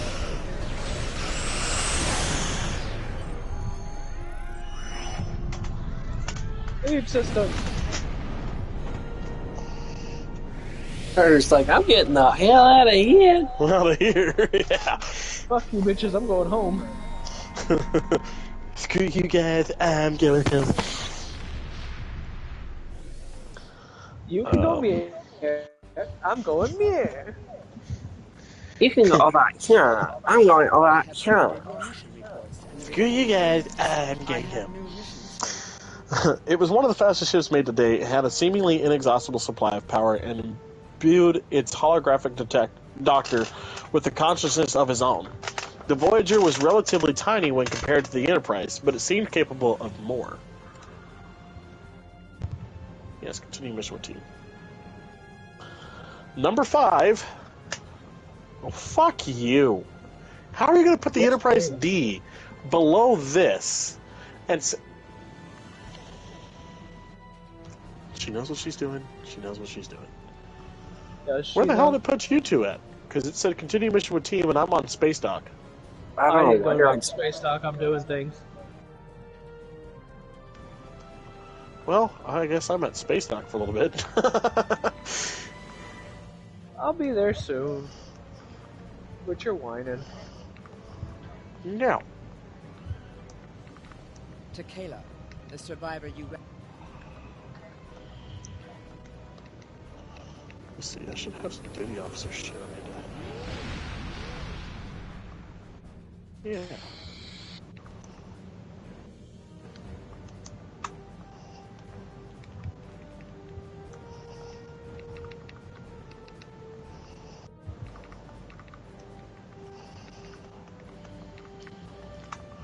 Alright, I'll join y'all over there soon. But doesn't Carter have to come back here to get his rank up and everything first? Yes, that's where I'm coming. God damn, calm down. Well, I was just asking because if I wanted a wife, thing. I'd go out and find one. I don't need you, Jesus Christ. Motherfucker, you don't need a wife because you have me, bitch. I know, I just wanted you to say it. Like a good bitch. Fuck you. I want the game. The game is on. I want it pulled up some way, somehow. I want to watch it. I want to be able to watch it. What game? Dallas Stars versus Winnipeg Jets, Game 5. We're up 3-1 in the series, and tonight could be the night we knock them the fuck out and we start to take on the Oilers for fucking part 3 of the Stanley Cup playoffs. Wipe them off the face of the fucking earth and go to the Cup. Give me 1 second, guys. I'm going to go grab the tablet real quick. And 1... Oh, no, your time's up.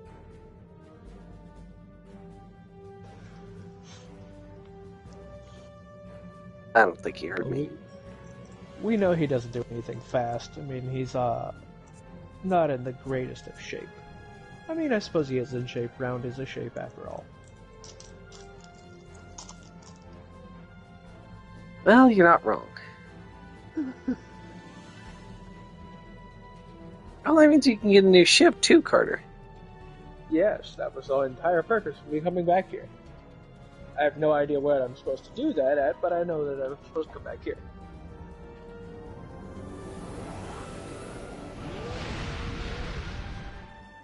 I'm coming. Hey, on my way.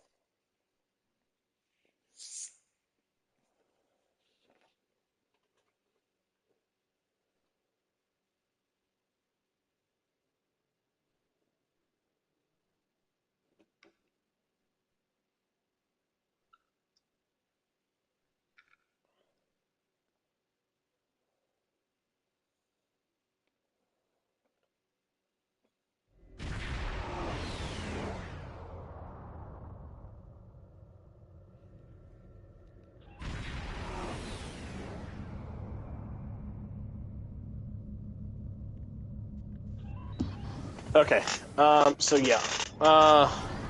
Number 5 is the Borg Cube.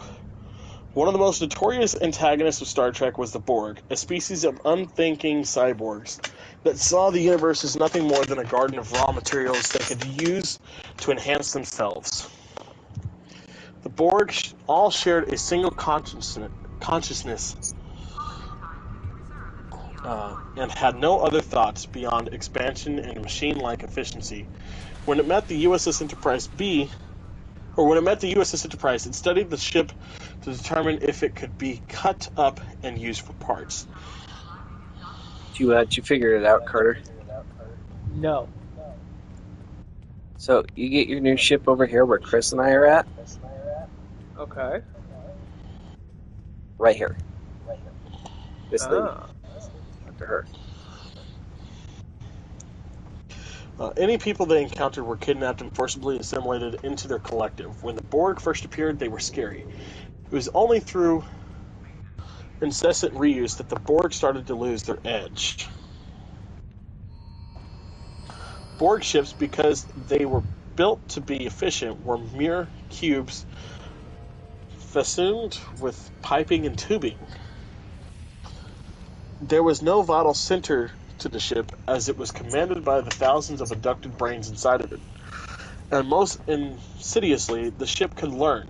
If you blasted off a piece with a phaser, the Borg would adapt instantly to defend itself from that weapon. It could also regenerate its metals and pieces, allowing it to recover from any attack. It would take a lot of ingenuity to stop the Borg from attacking Earth, as there was no way to overpower them.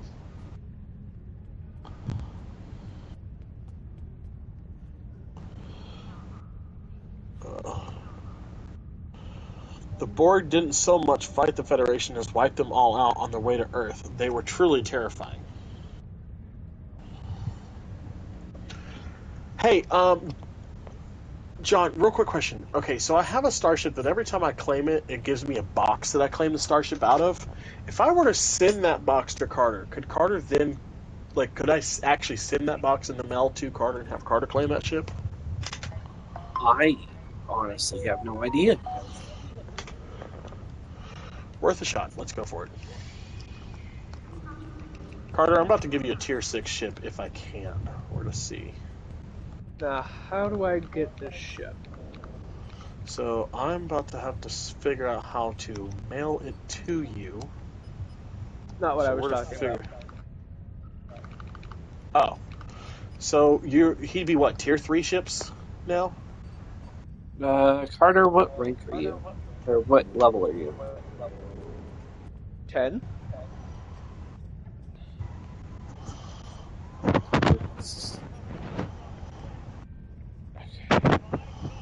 Yeah, you should be tier 2.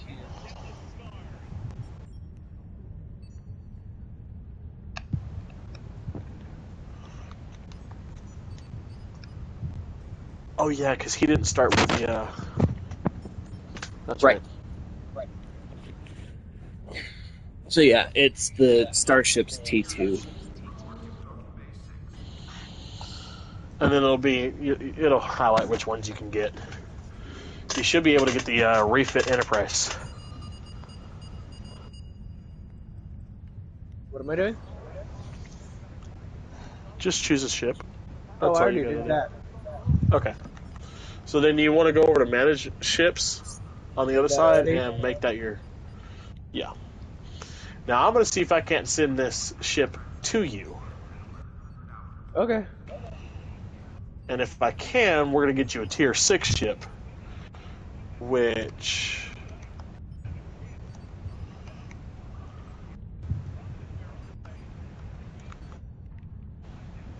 is going to help you immensely. Nope, that's bank. Mail. Send and receive mail. Compose.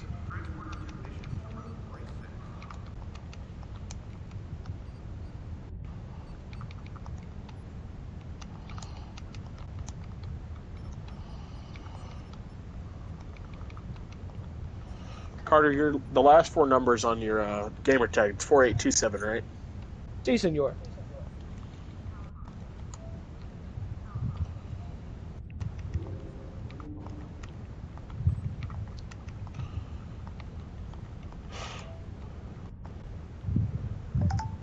Damn it! I can't do it. Aww. Well, it was worth a shot. Now I've got a useless fucking ship sitting in my inventory.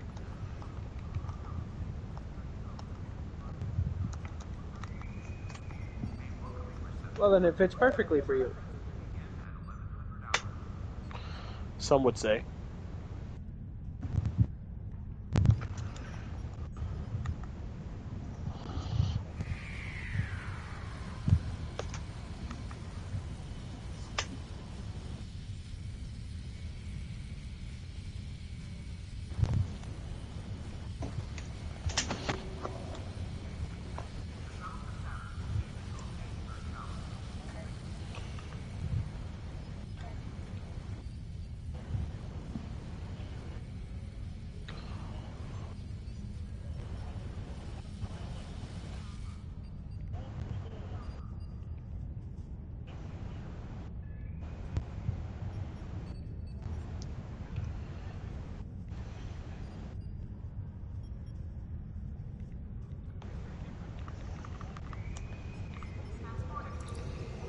Alright, I'm going to go ahead and transwarp to the next mission.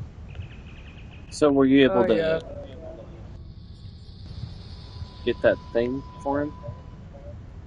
No, it wouldn't let me send the starship, unfortunately. So that's dumb. I couldn't even send him some of my badass consoles that I've got either. That sucks.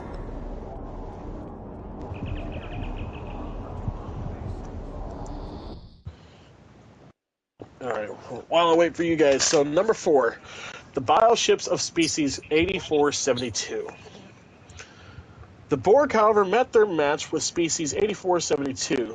The tripedal psychics came from an alternate dimension that was filled entirely with liquid. The crew of the Voyager called it fluidic space. The Borg attempted to infiltrate 8472's dimension, but were immediately faced with weapons that could, when combined, destroy Borg cubes in a single blast. Because of the unusual biological basis for 8472's tech, the Borg had no chance to adapt. They also didn't know how to assimilate something so complex. They had the Borg afraid. They had no name for the species, hence the designation of species 8472. Unfortunately, 8472 was also hatefully aggressive and once, in our dimension, were keen to destroy and overpower anyone they came across. The 8472 ships were ineffably powerful, although audiences did see them equipped with free-floating psychic holodecks, peppered throughout the Delta Quadrant as intelligence-gathering devices. A big part of 8472's power comes from their mystery. They have no interest in a Starfleet-like cultural exchange. Ooh. Got a echo.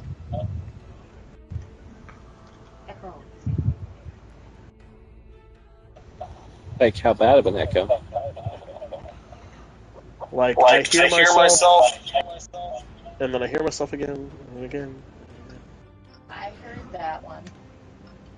I heard you say, I hear myself, and then it said, yeah. Hear myself, and I'm like, okay, he's crazy, he's talking to himself.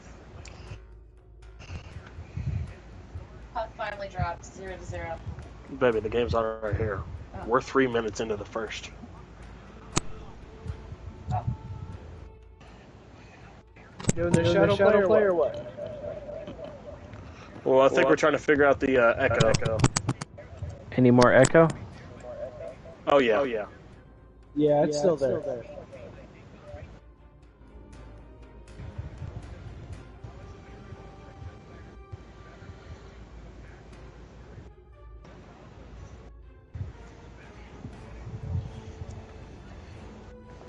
While he gets that figured out. They have no interest in a Starfleet-like cultural exchange and would be just as happy staying hidden behind a wall of tactical offense. It wouldn't be until the video game Star Trek Voyager Elite Force that the aliens would be given a proper name, the Undine. How about now? Checking.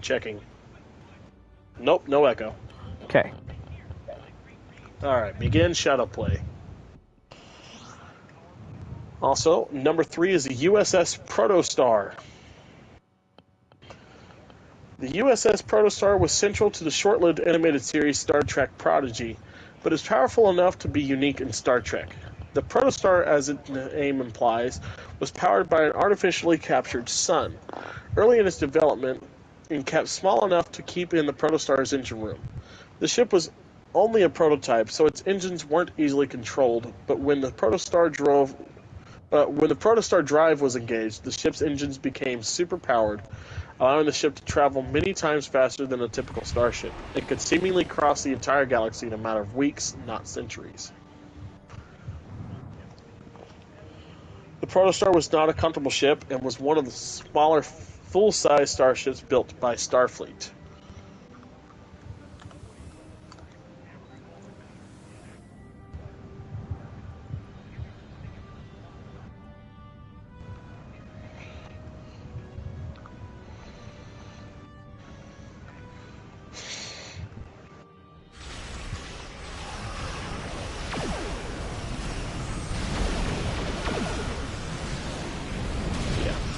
You got fucked immediately.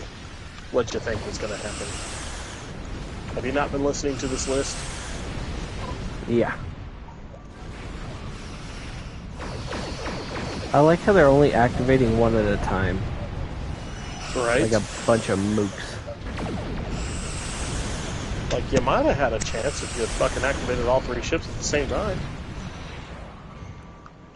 Might have. That's the key word.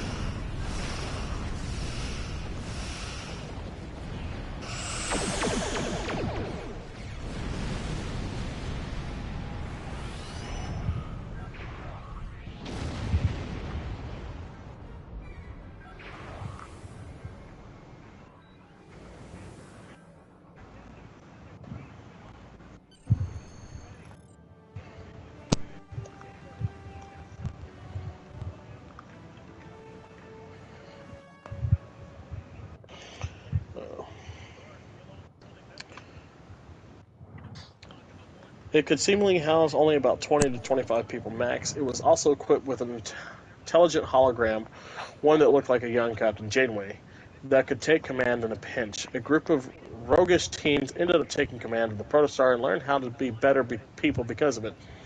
The series at large aimed to appeal to a younger generation of viewers. The Protostar's speed makes it one of the most powerful ships in Trek history. Number 2.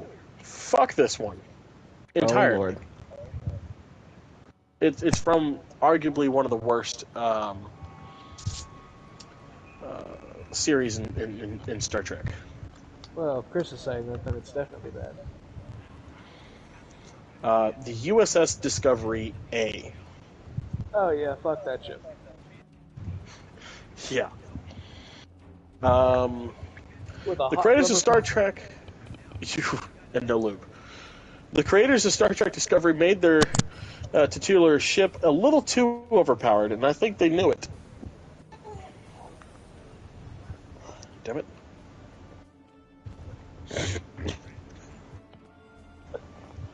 The USS Discovery had discovered that the entire galaxy was populated by a massive cloud of centillions of interdimensional spores that no one had previously been able to detect. The engineers on the Discovery found a way to tap their ship's engines directly into the interdimensional mycelia network and use it to instantaneously pop from one side of the galaxy to the next. As the show progressed, the spore drive became more and more streamlined until the Discovery could essentially teleport anywhere in the universe. This, of course, robbed Star Trek of, well, trekking. There was no longer any travel time from one place to the next. The spore drive was so powerful that its existence in Star Trek would fundamentally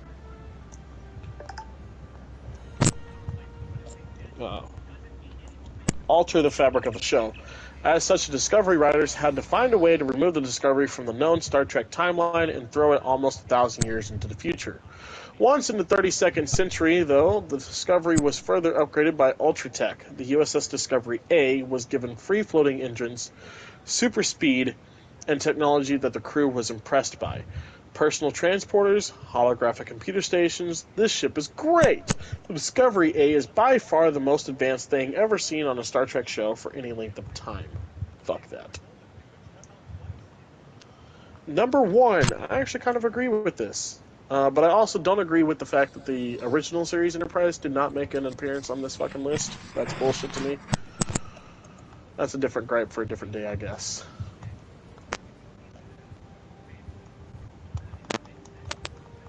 I know they're helling us, but you won't let me talk to them. Stupid shit.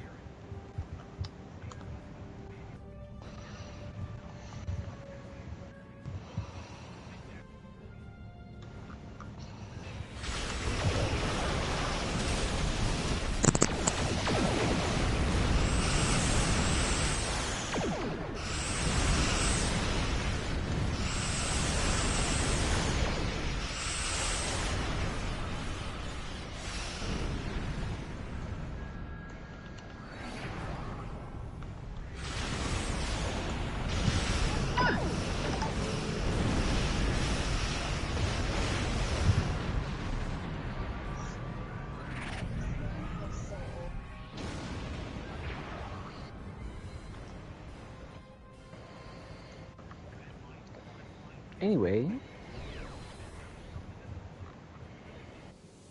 Sorry, trying to get my ship to turn the fuck around.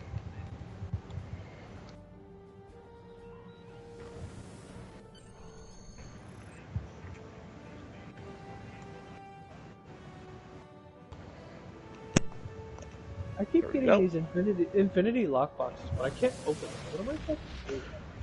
So, if you ever get some money, if you go into the Zen store in the items section, there are master keys. Those open the boxes. And the boxes have a plethora of different shit that you can get out of them. You can get duty officers, you can get bridge officers, you can get research and development shit, which is mostly what I get. Or in John's case, if you're real fucking lucky, you can get an actual tier 6 ship out of it. Yep. What if I don't want duty officers like you have? Well, that's unfortunate, so. You're going to get them anyways, and you're going to like it. Or they'll make you like it. They'll send you to Johnson & Johnson factories.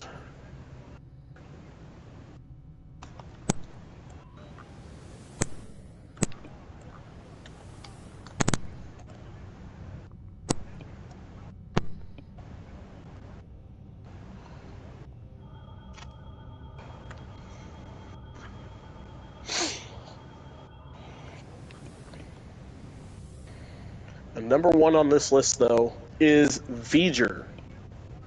Okay. That makes sense. Of course, what happens when a simple probe becomes so powerful that it becomes a new life form? In 1979 Star Trek The Motion Picture, a large threatening cloud appears in space, so powerful it can simply absorb any vehicles that dare to fly close. It doesn't attack so much as it erases others from existence.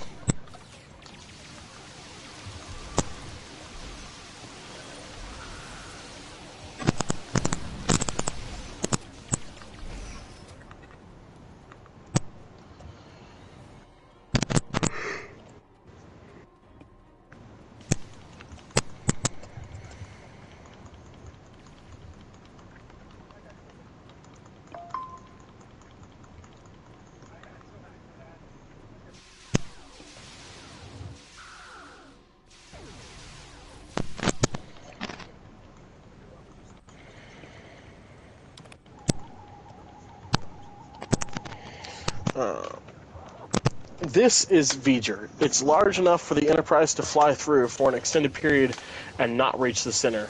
The bulk of the motion picture takes place inside of V'ger. I gotta get rid of this advertisement or I can't read half of what this is saying.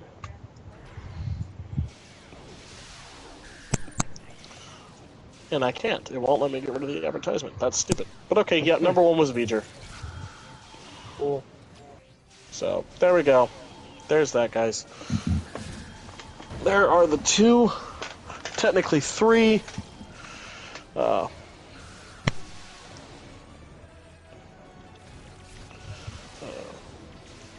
things we have read today.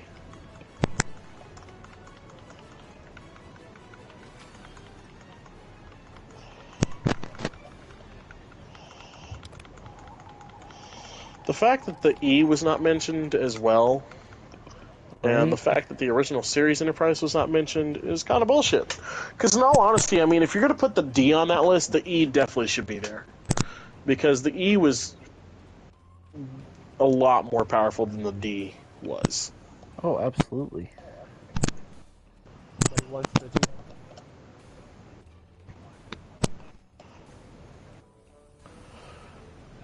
Sir, I know exactly what you're trying to get at, sir. But you know damn well what I'm talking about, and I will not dignify that with a response. I don't know what you mean. Citizen, when I'm just not trying to do anything. I have a Genesis device.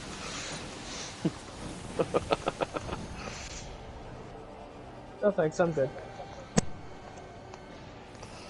You keep your Genesis device.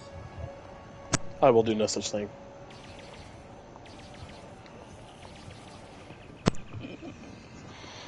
Your phasers cannot hurt me, sir.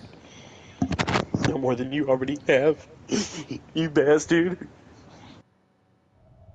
I'll tell you what you can do about it. I would like you to cry me a river, build a bridge, and get the fuck over it. Oh, look, ships! Things to kill. Fuck it, I'm just gonna sit here. That's probably a good idea.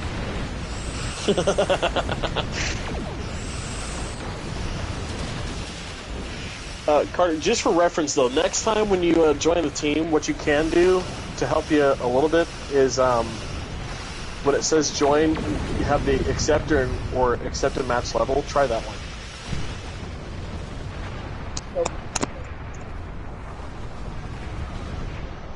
Because at least you won't get killed as much. To all Starfleet, thank you for...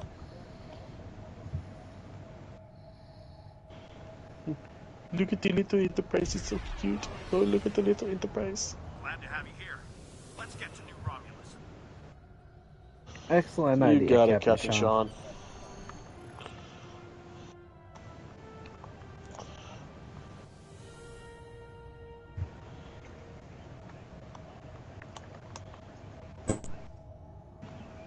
We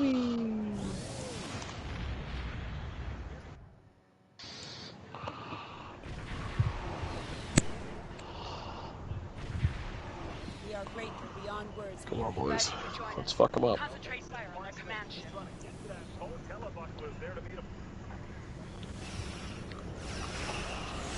So, how's the game going?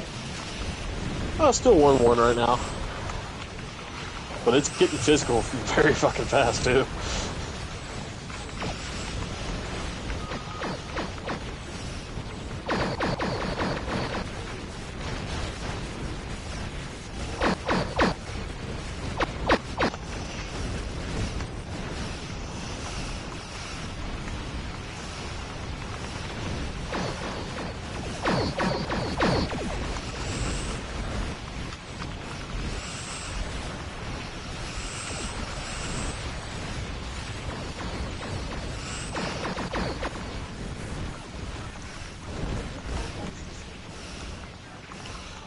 Da Pope is from Chicago, and that's what he shall be called.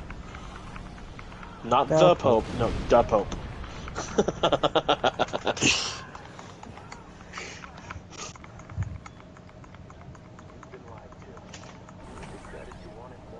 For the next 30 to 40 years, I will only refer to the Pope as Da Pope.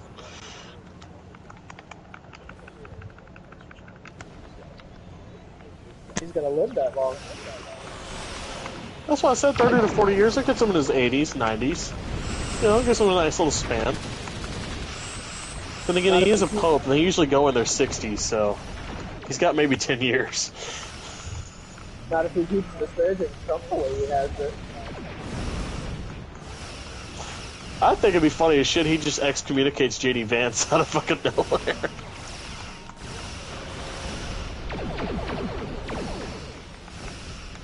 Alright, I'm leaving now. Bye. What? Yeah, technically the mission's done. We can go. Oh, okay. Technically. Unless you wanted to sit here and kill stuff. I mean, I'm good for that. I'm always good for that.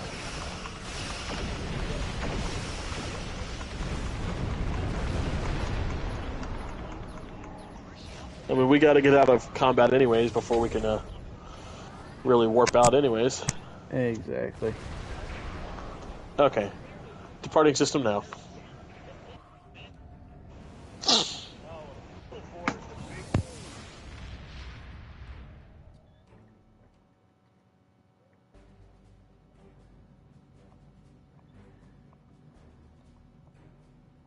The Romulan Republic extends their sincere gratitude for your assistance in saving their home.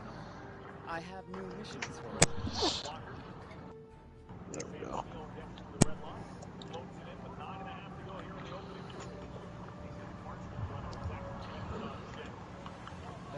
The USS Saint, huh? Remains a mystery. Our allies in the Romulan Yep. Republic have a theory on the matter, however. They believe that targets It's a nice name. form a crater of the Romulan Did you fix the registry on it, or you just kept the one I gave you? Kept the one it gave me. Okay.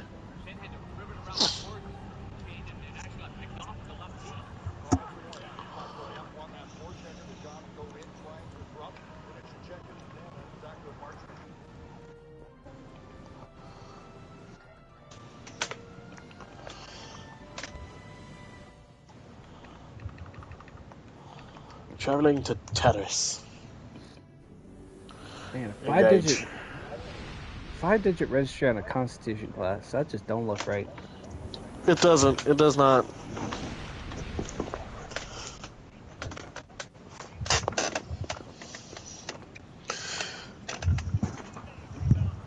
But then again, anything on a Constitution class doesn't start with a 1-7 looks wrong, so. That's a fair point. Especially if it doesn't end in an 0-1. Right?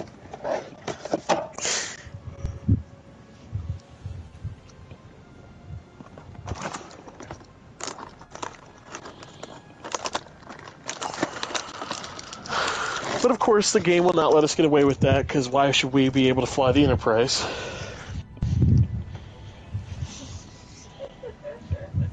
Boy.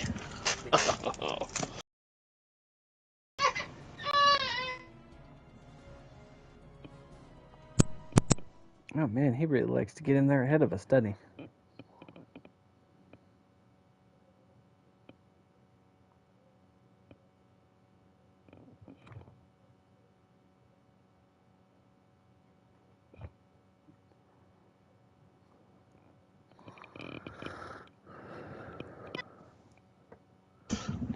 Well, you know.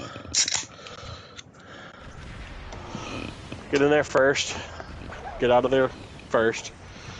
I wouldn't want to be in these missions any longer than I have to be myself. And the echo's back. God damn it. I am detecting How about now?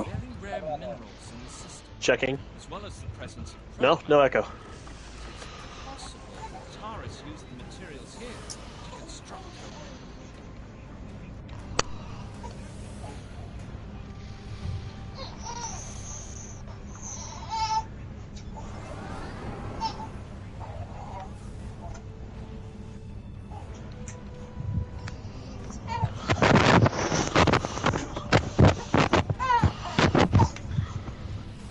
Oh shit. I missed that one.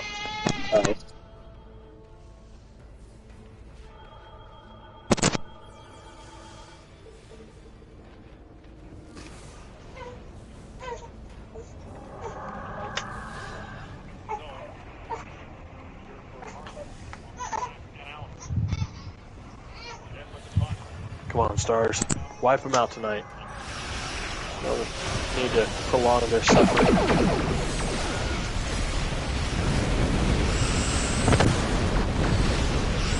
You know, I think it's kind of fitting doing a Star Trek podcast and cheering for the stars.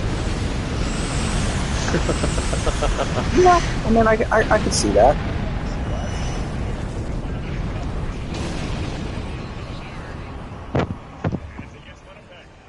Of course it's against Winnipeg, because why the fuck wouldn't it be?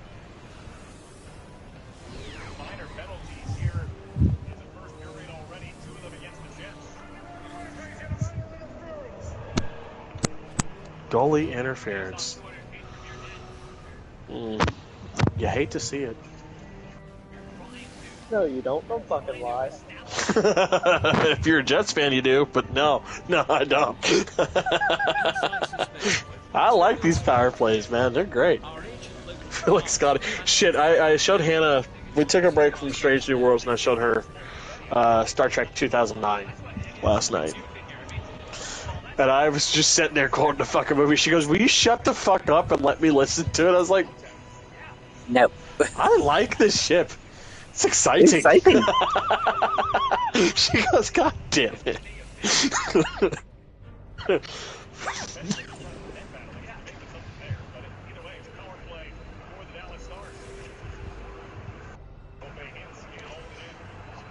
You know, Admiral Archer's prize beagle.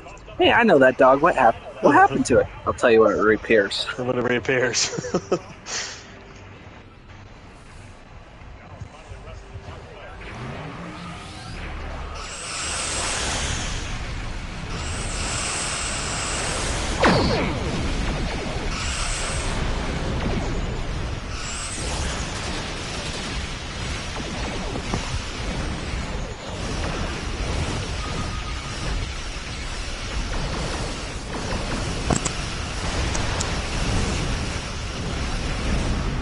I would love to, again, I've said it before, I'll say it again, I would love to see the Kelvin timeline in USS Enterprise D. Right? Like, give me that ship. Give me that timeline. I want to see it.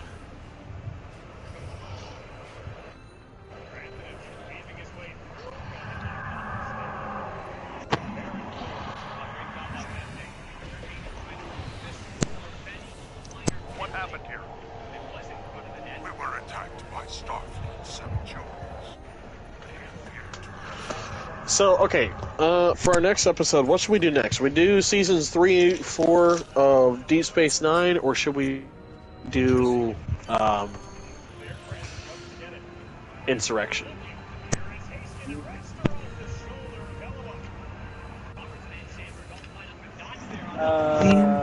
Wait. Yes.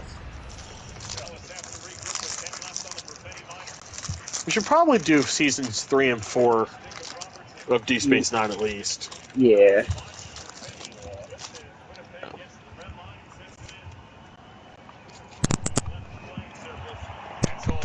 As entertaining as this all is, I do still have to work tomorrow, so we should probably get rest. That's true. We'll finish this mission. We'll call it a wrap for the night. Yeah. Still a scoreless hockey game here with 4:22 on the clock. So next week's homework, get at least bits and pieces of seasons 2 or 3 and 4 of Deep Space Nine in, if you can. Don't need to watch the full seasons, just enough to just a few episodes. Get a good foothold on it. Yeah.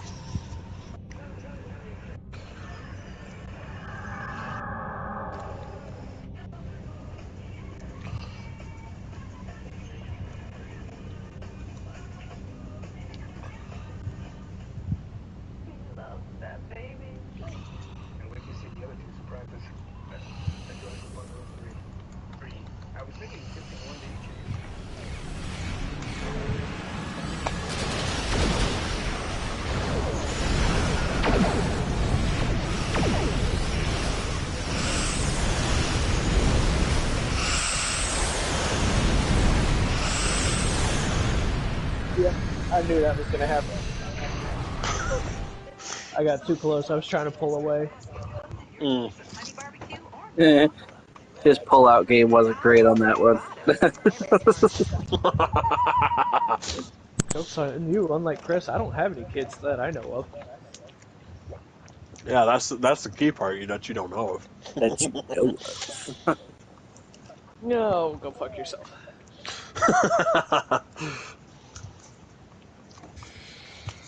There's one time I was over at some family event. One of my relatives was asking, they're like, "Man, do you have any kids yet?" I'm like, "God, I hope not." Yeah, I mean, one John is bad enough. We don't need two.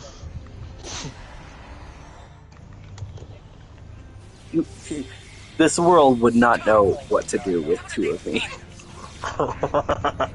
We already have two. More than that. No, I need your help at the gateway. Send your guards.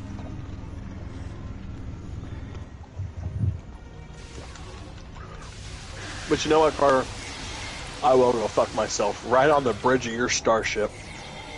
Right in the captain's chair. I mean, if you're gonna do that, at least let me watch first. Jesus. OnlyFans.com/Captain Yarborough.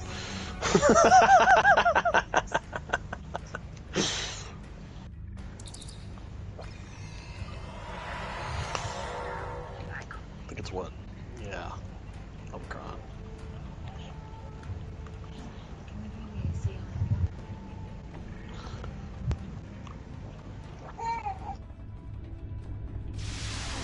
Get those motherfuckers.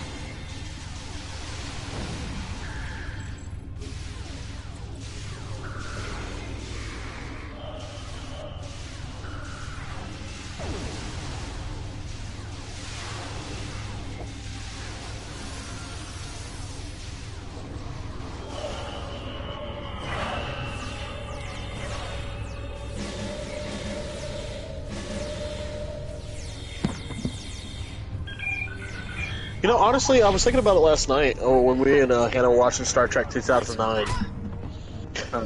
Star Trek 2009 was the 30th anniversary of the motion picture. And not only that, was the first time in 30 years the Starship Enterprise was featured on a screen, NCC 1701. That's a good point. And I'm going to do some more digging into it, but I believe they came out on the same day, same month. I could be wrong about that. Like I said, I'm going to do some digging before I confirm that. And I'll talk about that. If I'm right, I'll talk about that when we get into, when we get there in our playthroughs and everything. And so on and so forth. But, yeah. You know, I will say though, of all the things, all the little universes we get to play in, like we get to play in the original series universe, we get to play in the Discovery universe. I'm surprised they don't have a Kelvin timeline that you can go through on this game. Like, I know for like one episode type thing we go to the Kelvin universe, but it's like a split second. Right. I mean, that'd be pretty hard to explain as far as that goes.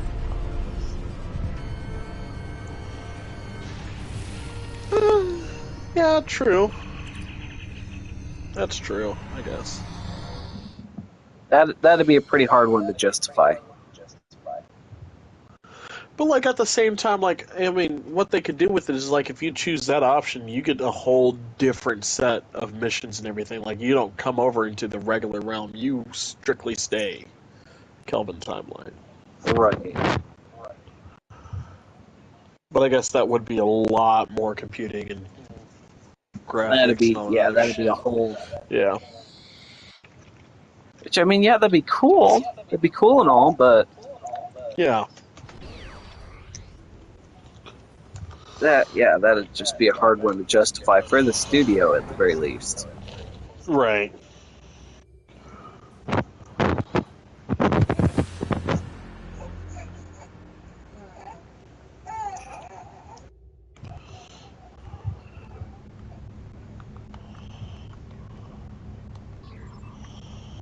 I could never be friends with a monster like you, you fucking cunt.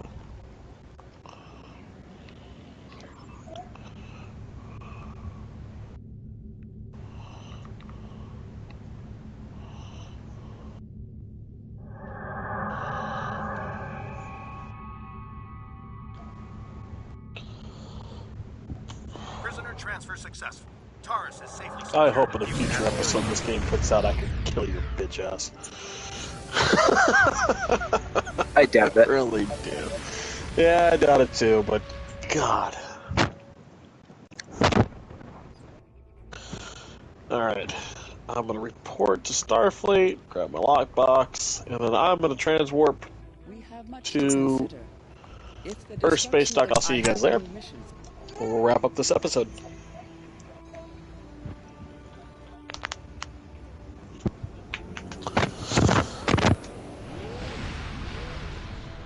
To space dock.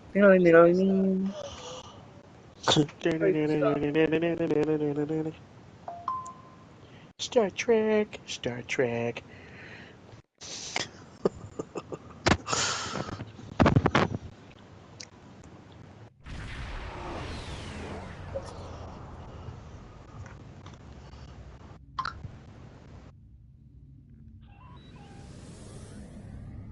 I don't know if you guys saw it, but there's a Galaxy class over here whose name is the USS Enterprise 2. Interesting.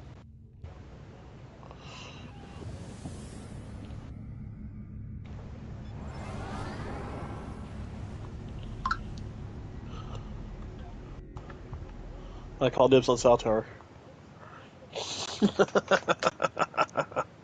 Damn it, that means I get the North Tower.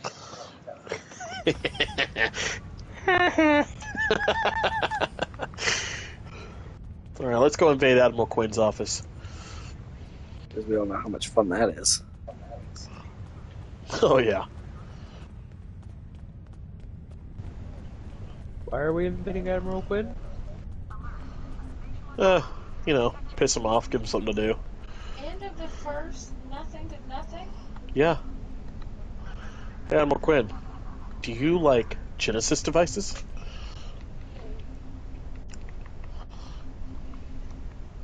You like rectally inserted Genesis devices. Huh? Canes beat the caps.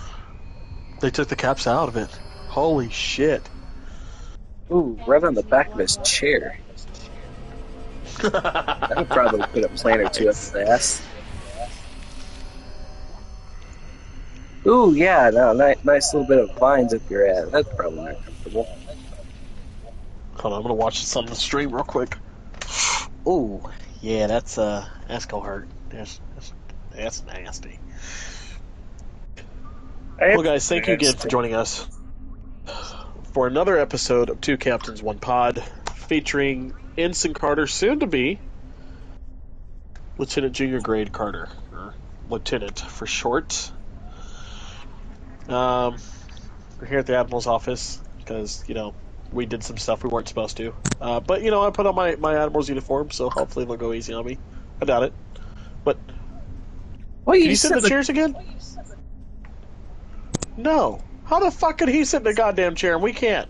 This is horseshit. Bullshit. It's because I'm better. It's because you're in trouble, motherfucker. Admiral Quinn, I take full responsibility. You know what? No. He did this all on his own. You take disciplinary action all you need to, Admiral Quinn. But again, yes, thank you guys for joining us for another episode of Two Captains, One Pod, featuring Ensign Carter. Coming back to you next week with Star Trek Deep Space Nine Seasons 3 and 4. Before we head into more of the next-gen movies. If you haven't already, please like, follow, share, subscribe. Captain Hudson, the YouTube channel, at Two Captains One Pod on Spotify and TikTok. Still don't have the Instagram page pulled up just yet, but I'm working on it. Trying to get a nice little logo for us that we can work with that features all three of us and what we're trying to put out into the world. First Contact was great, and yeah. Ooh, that'll work. Good stuff. What's up? You might want to check the stream. Oh, what'd you do?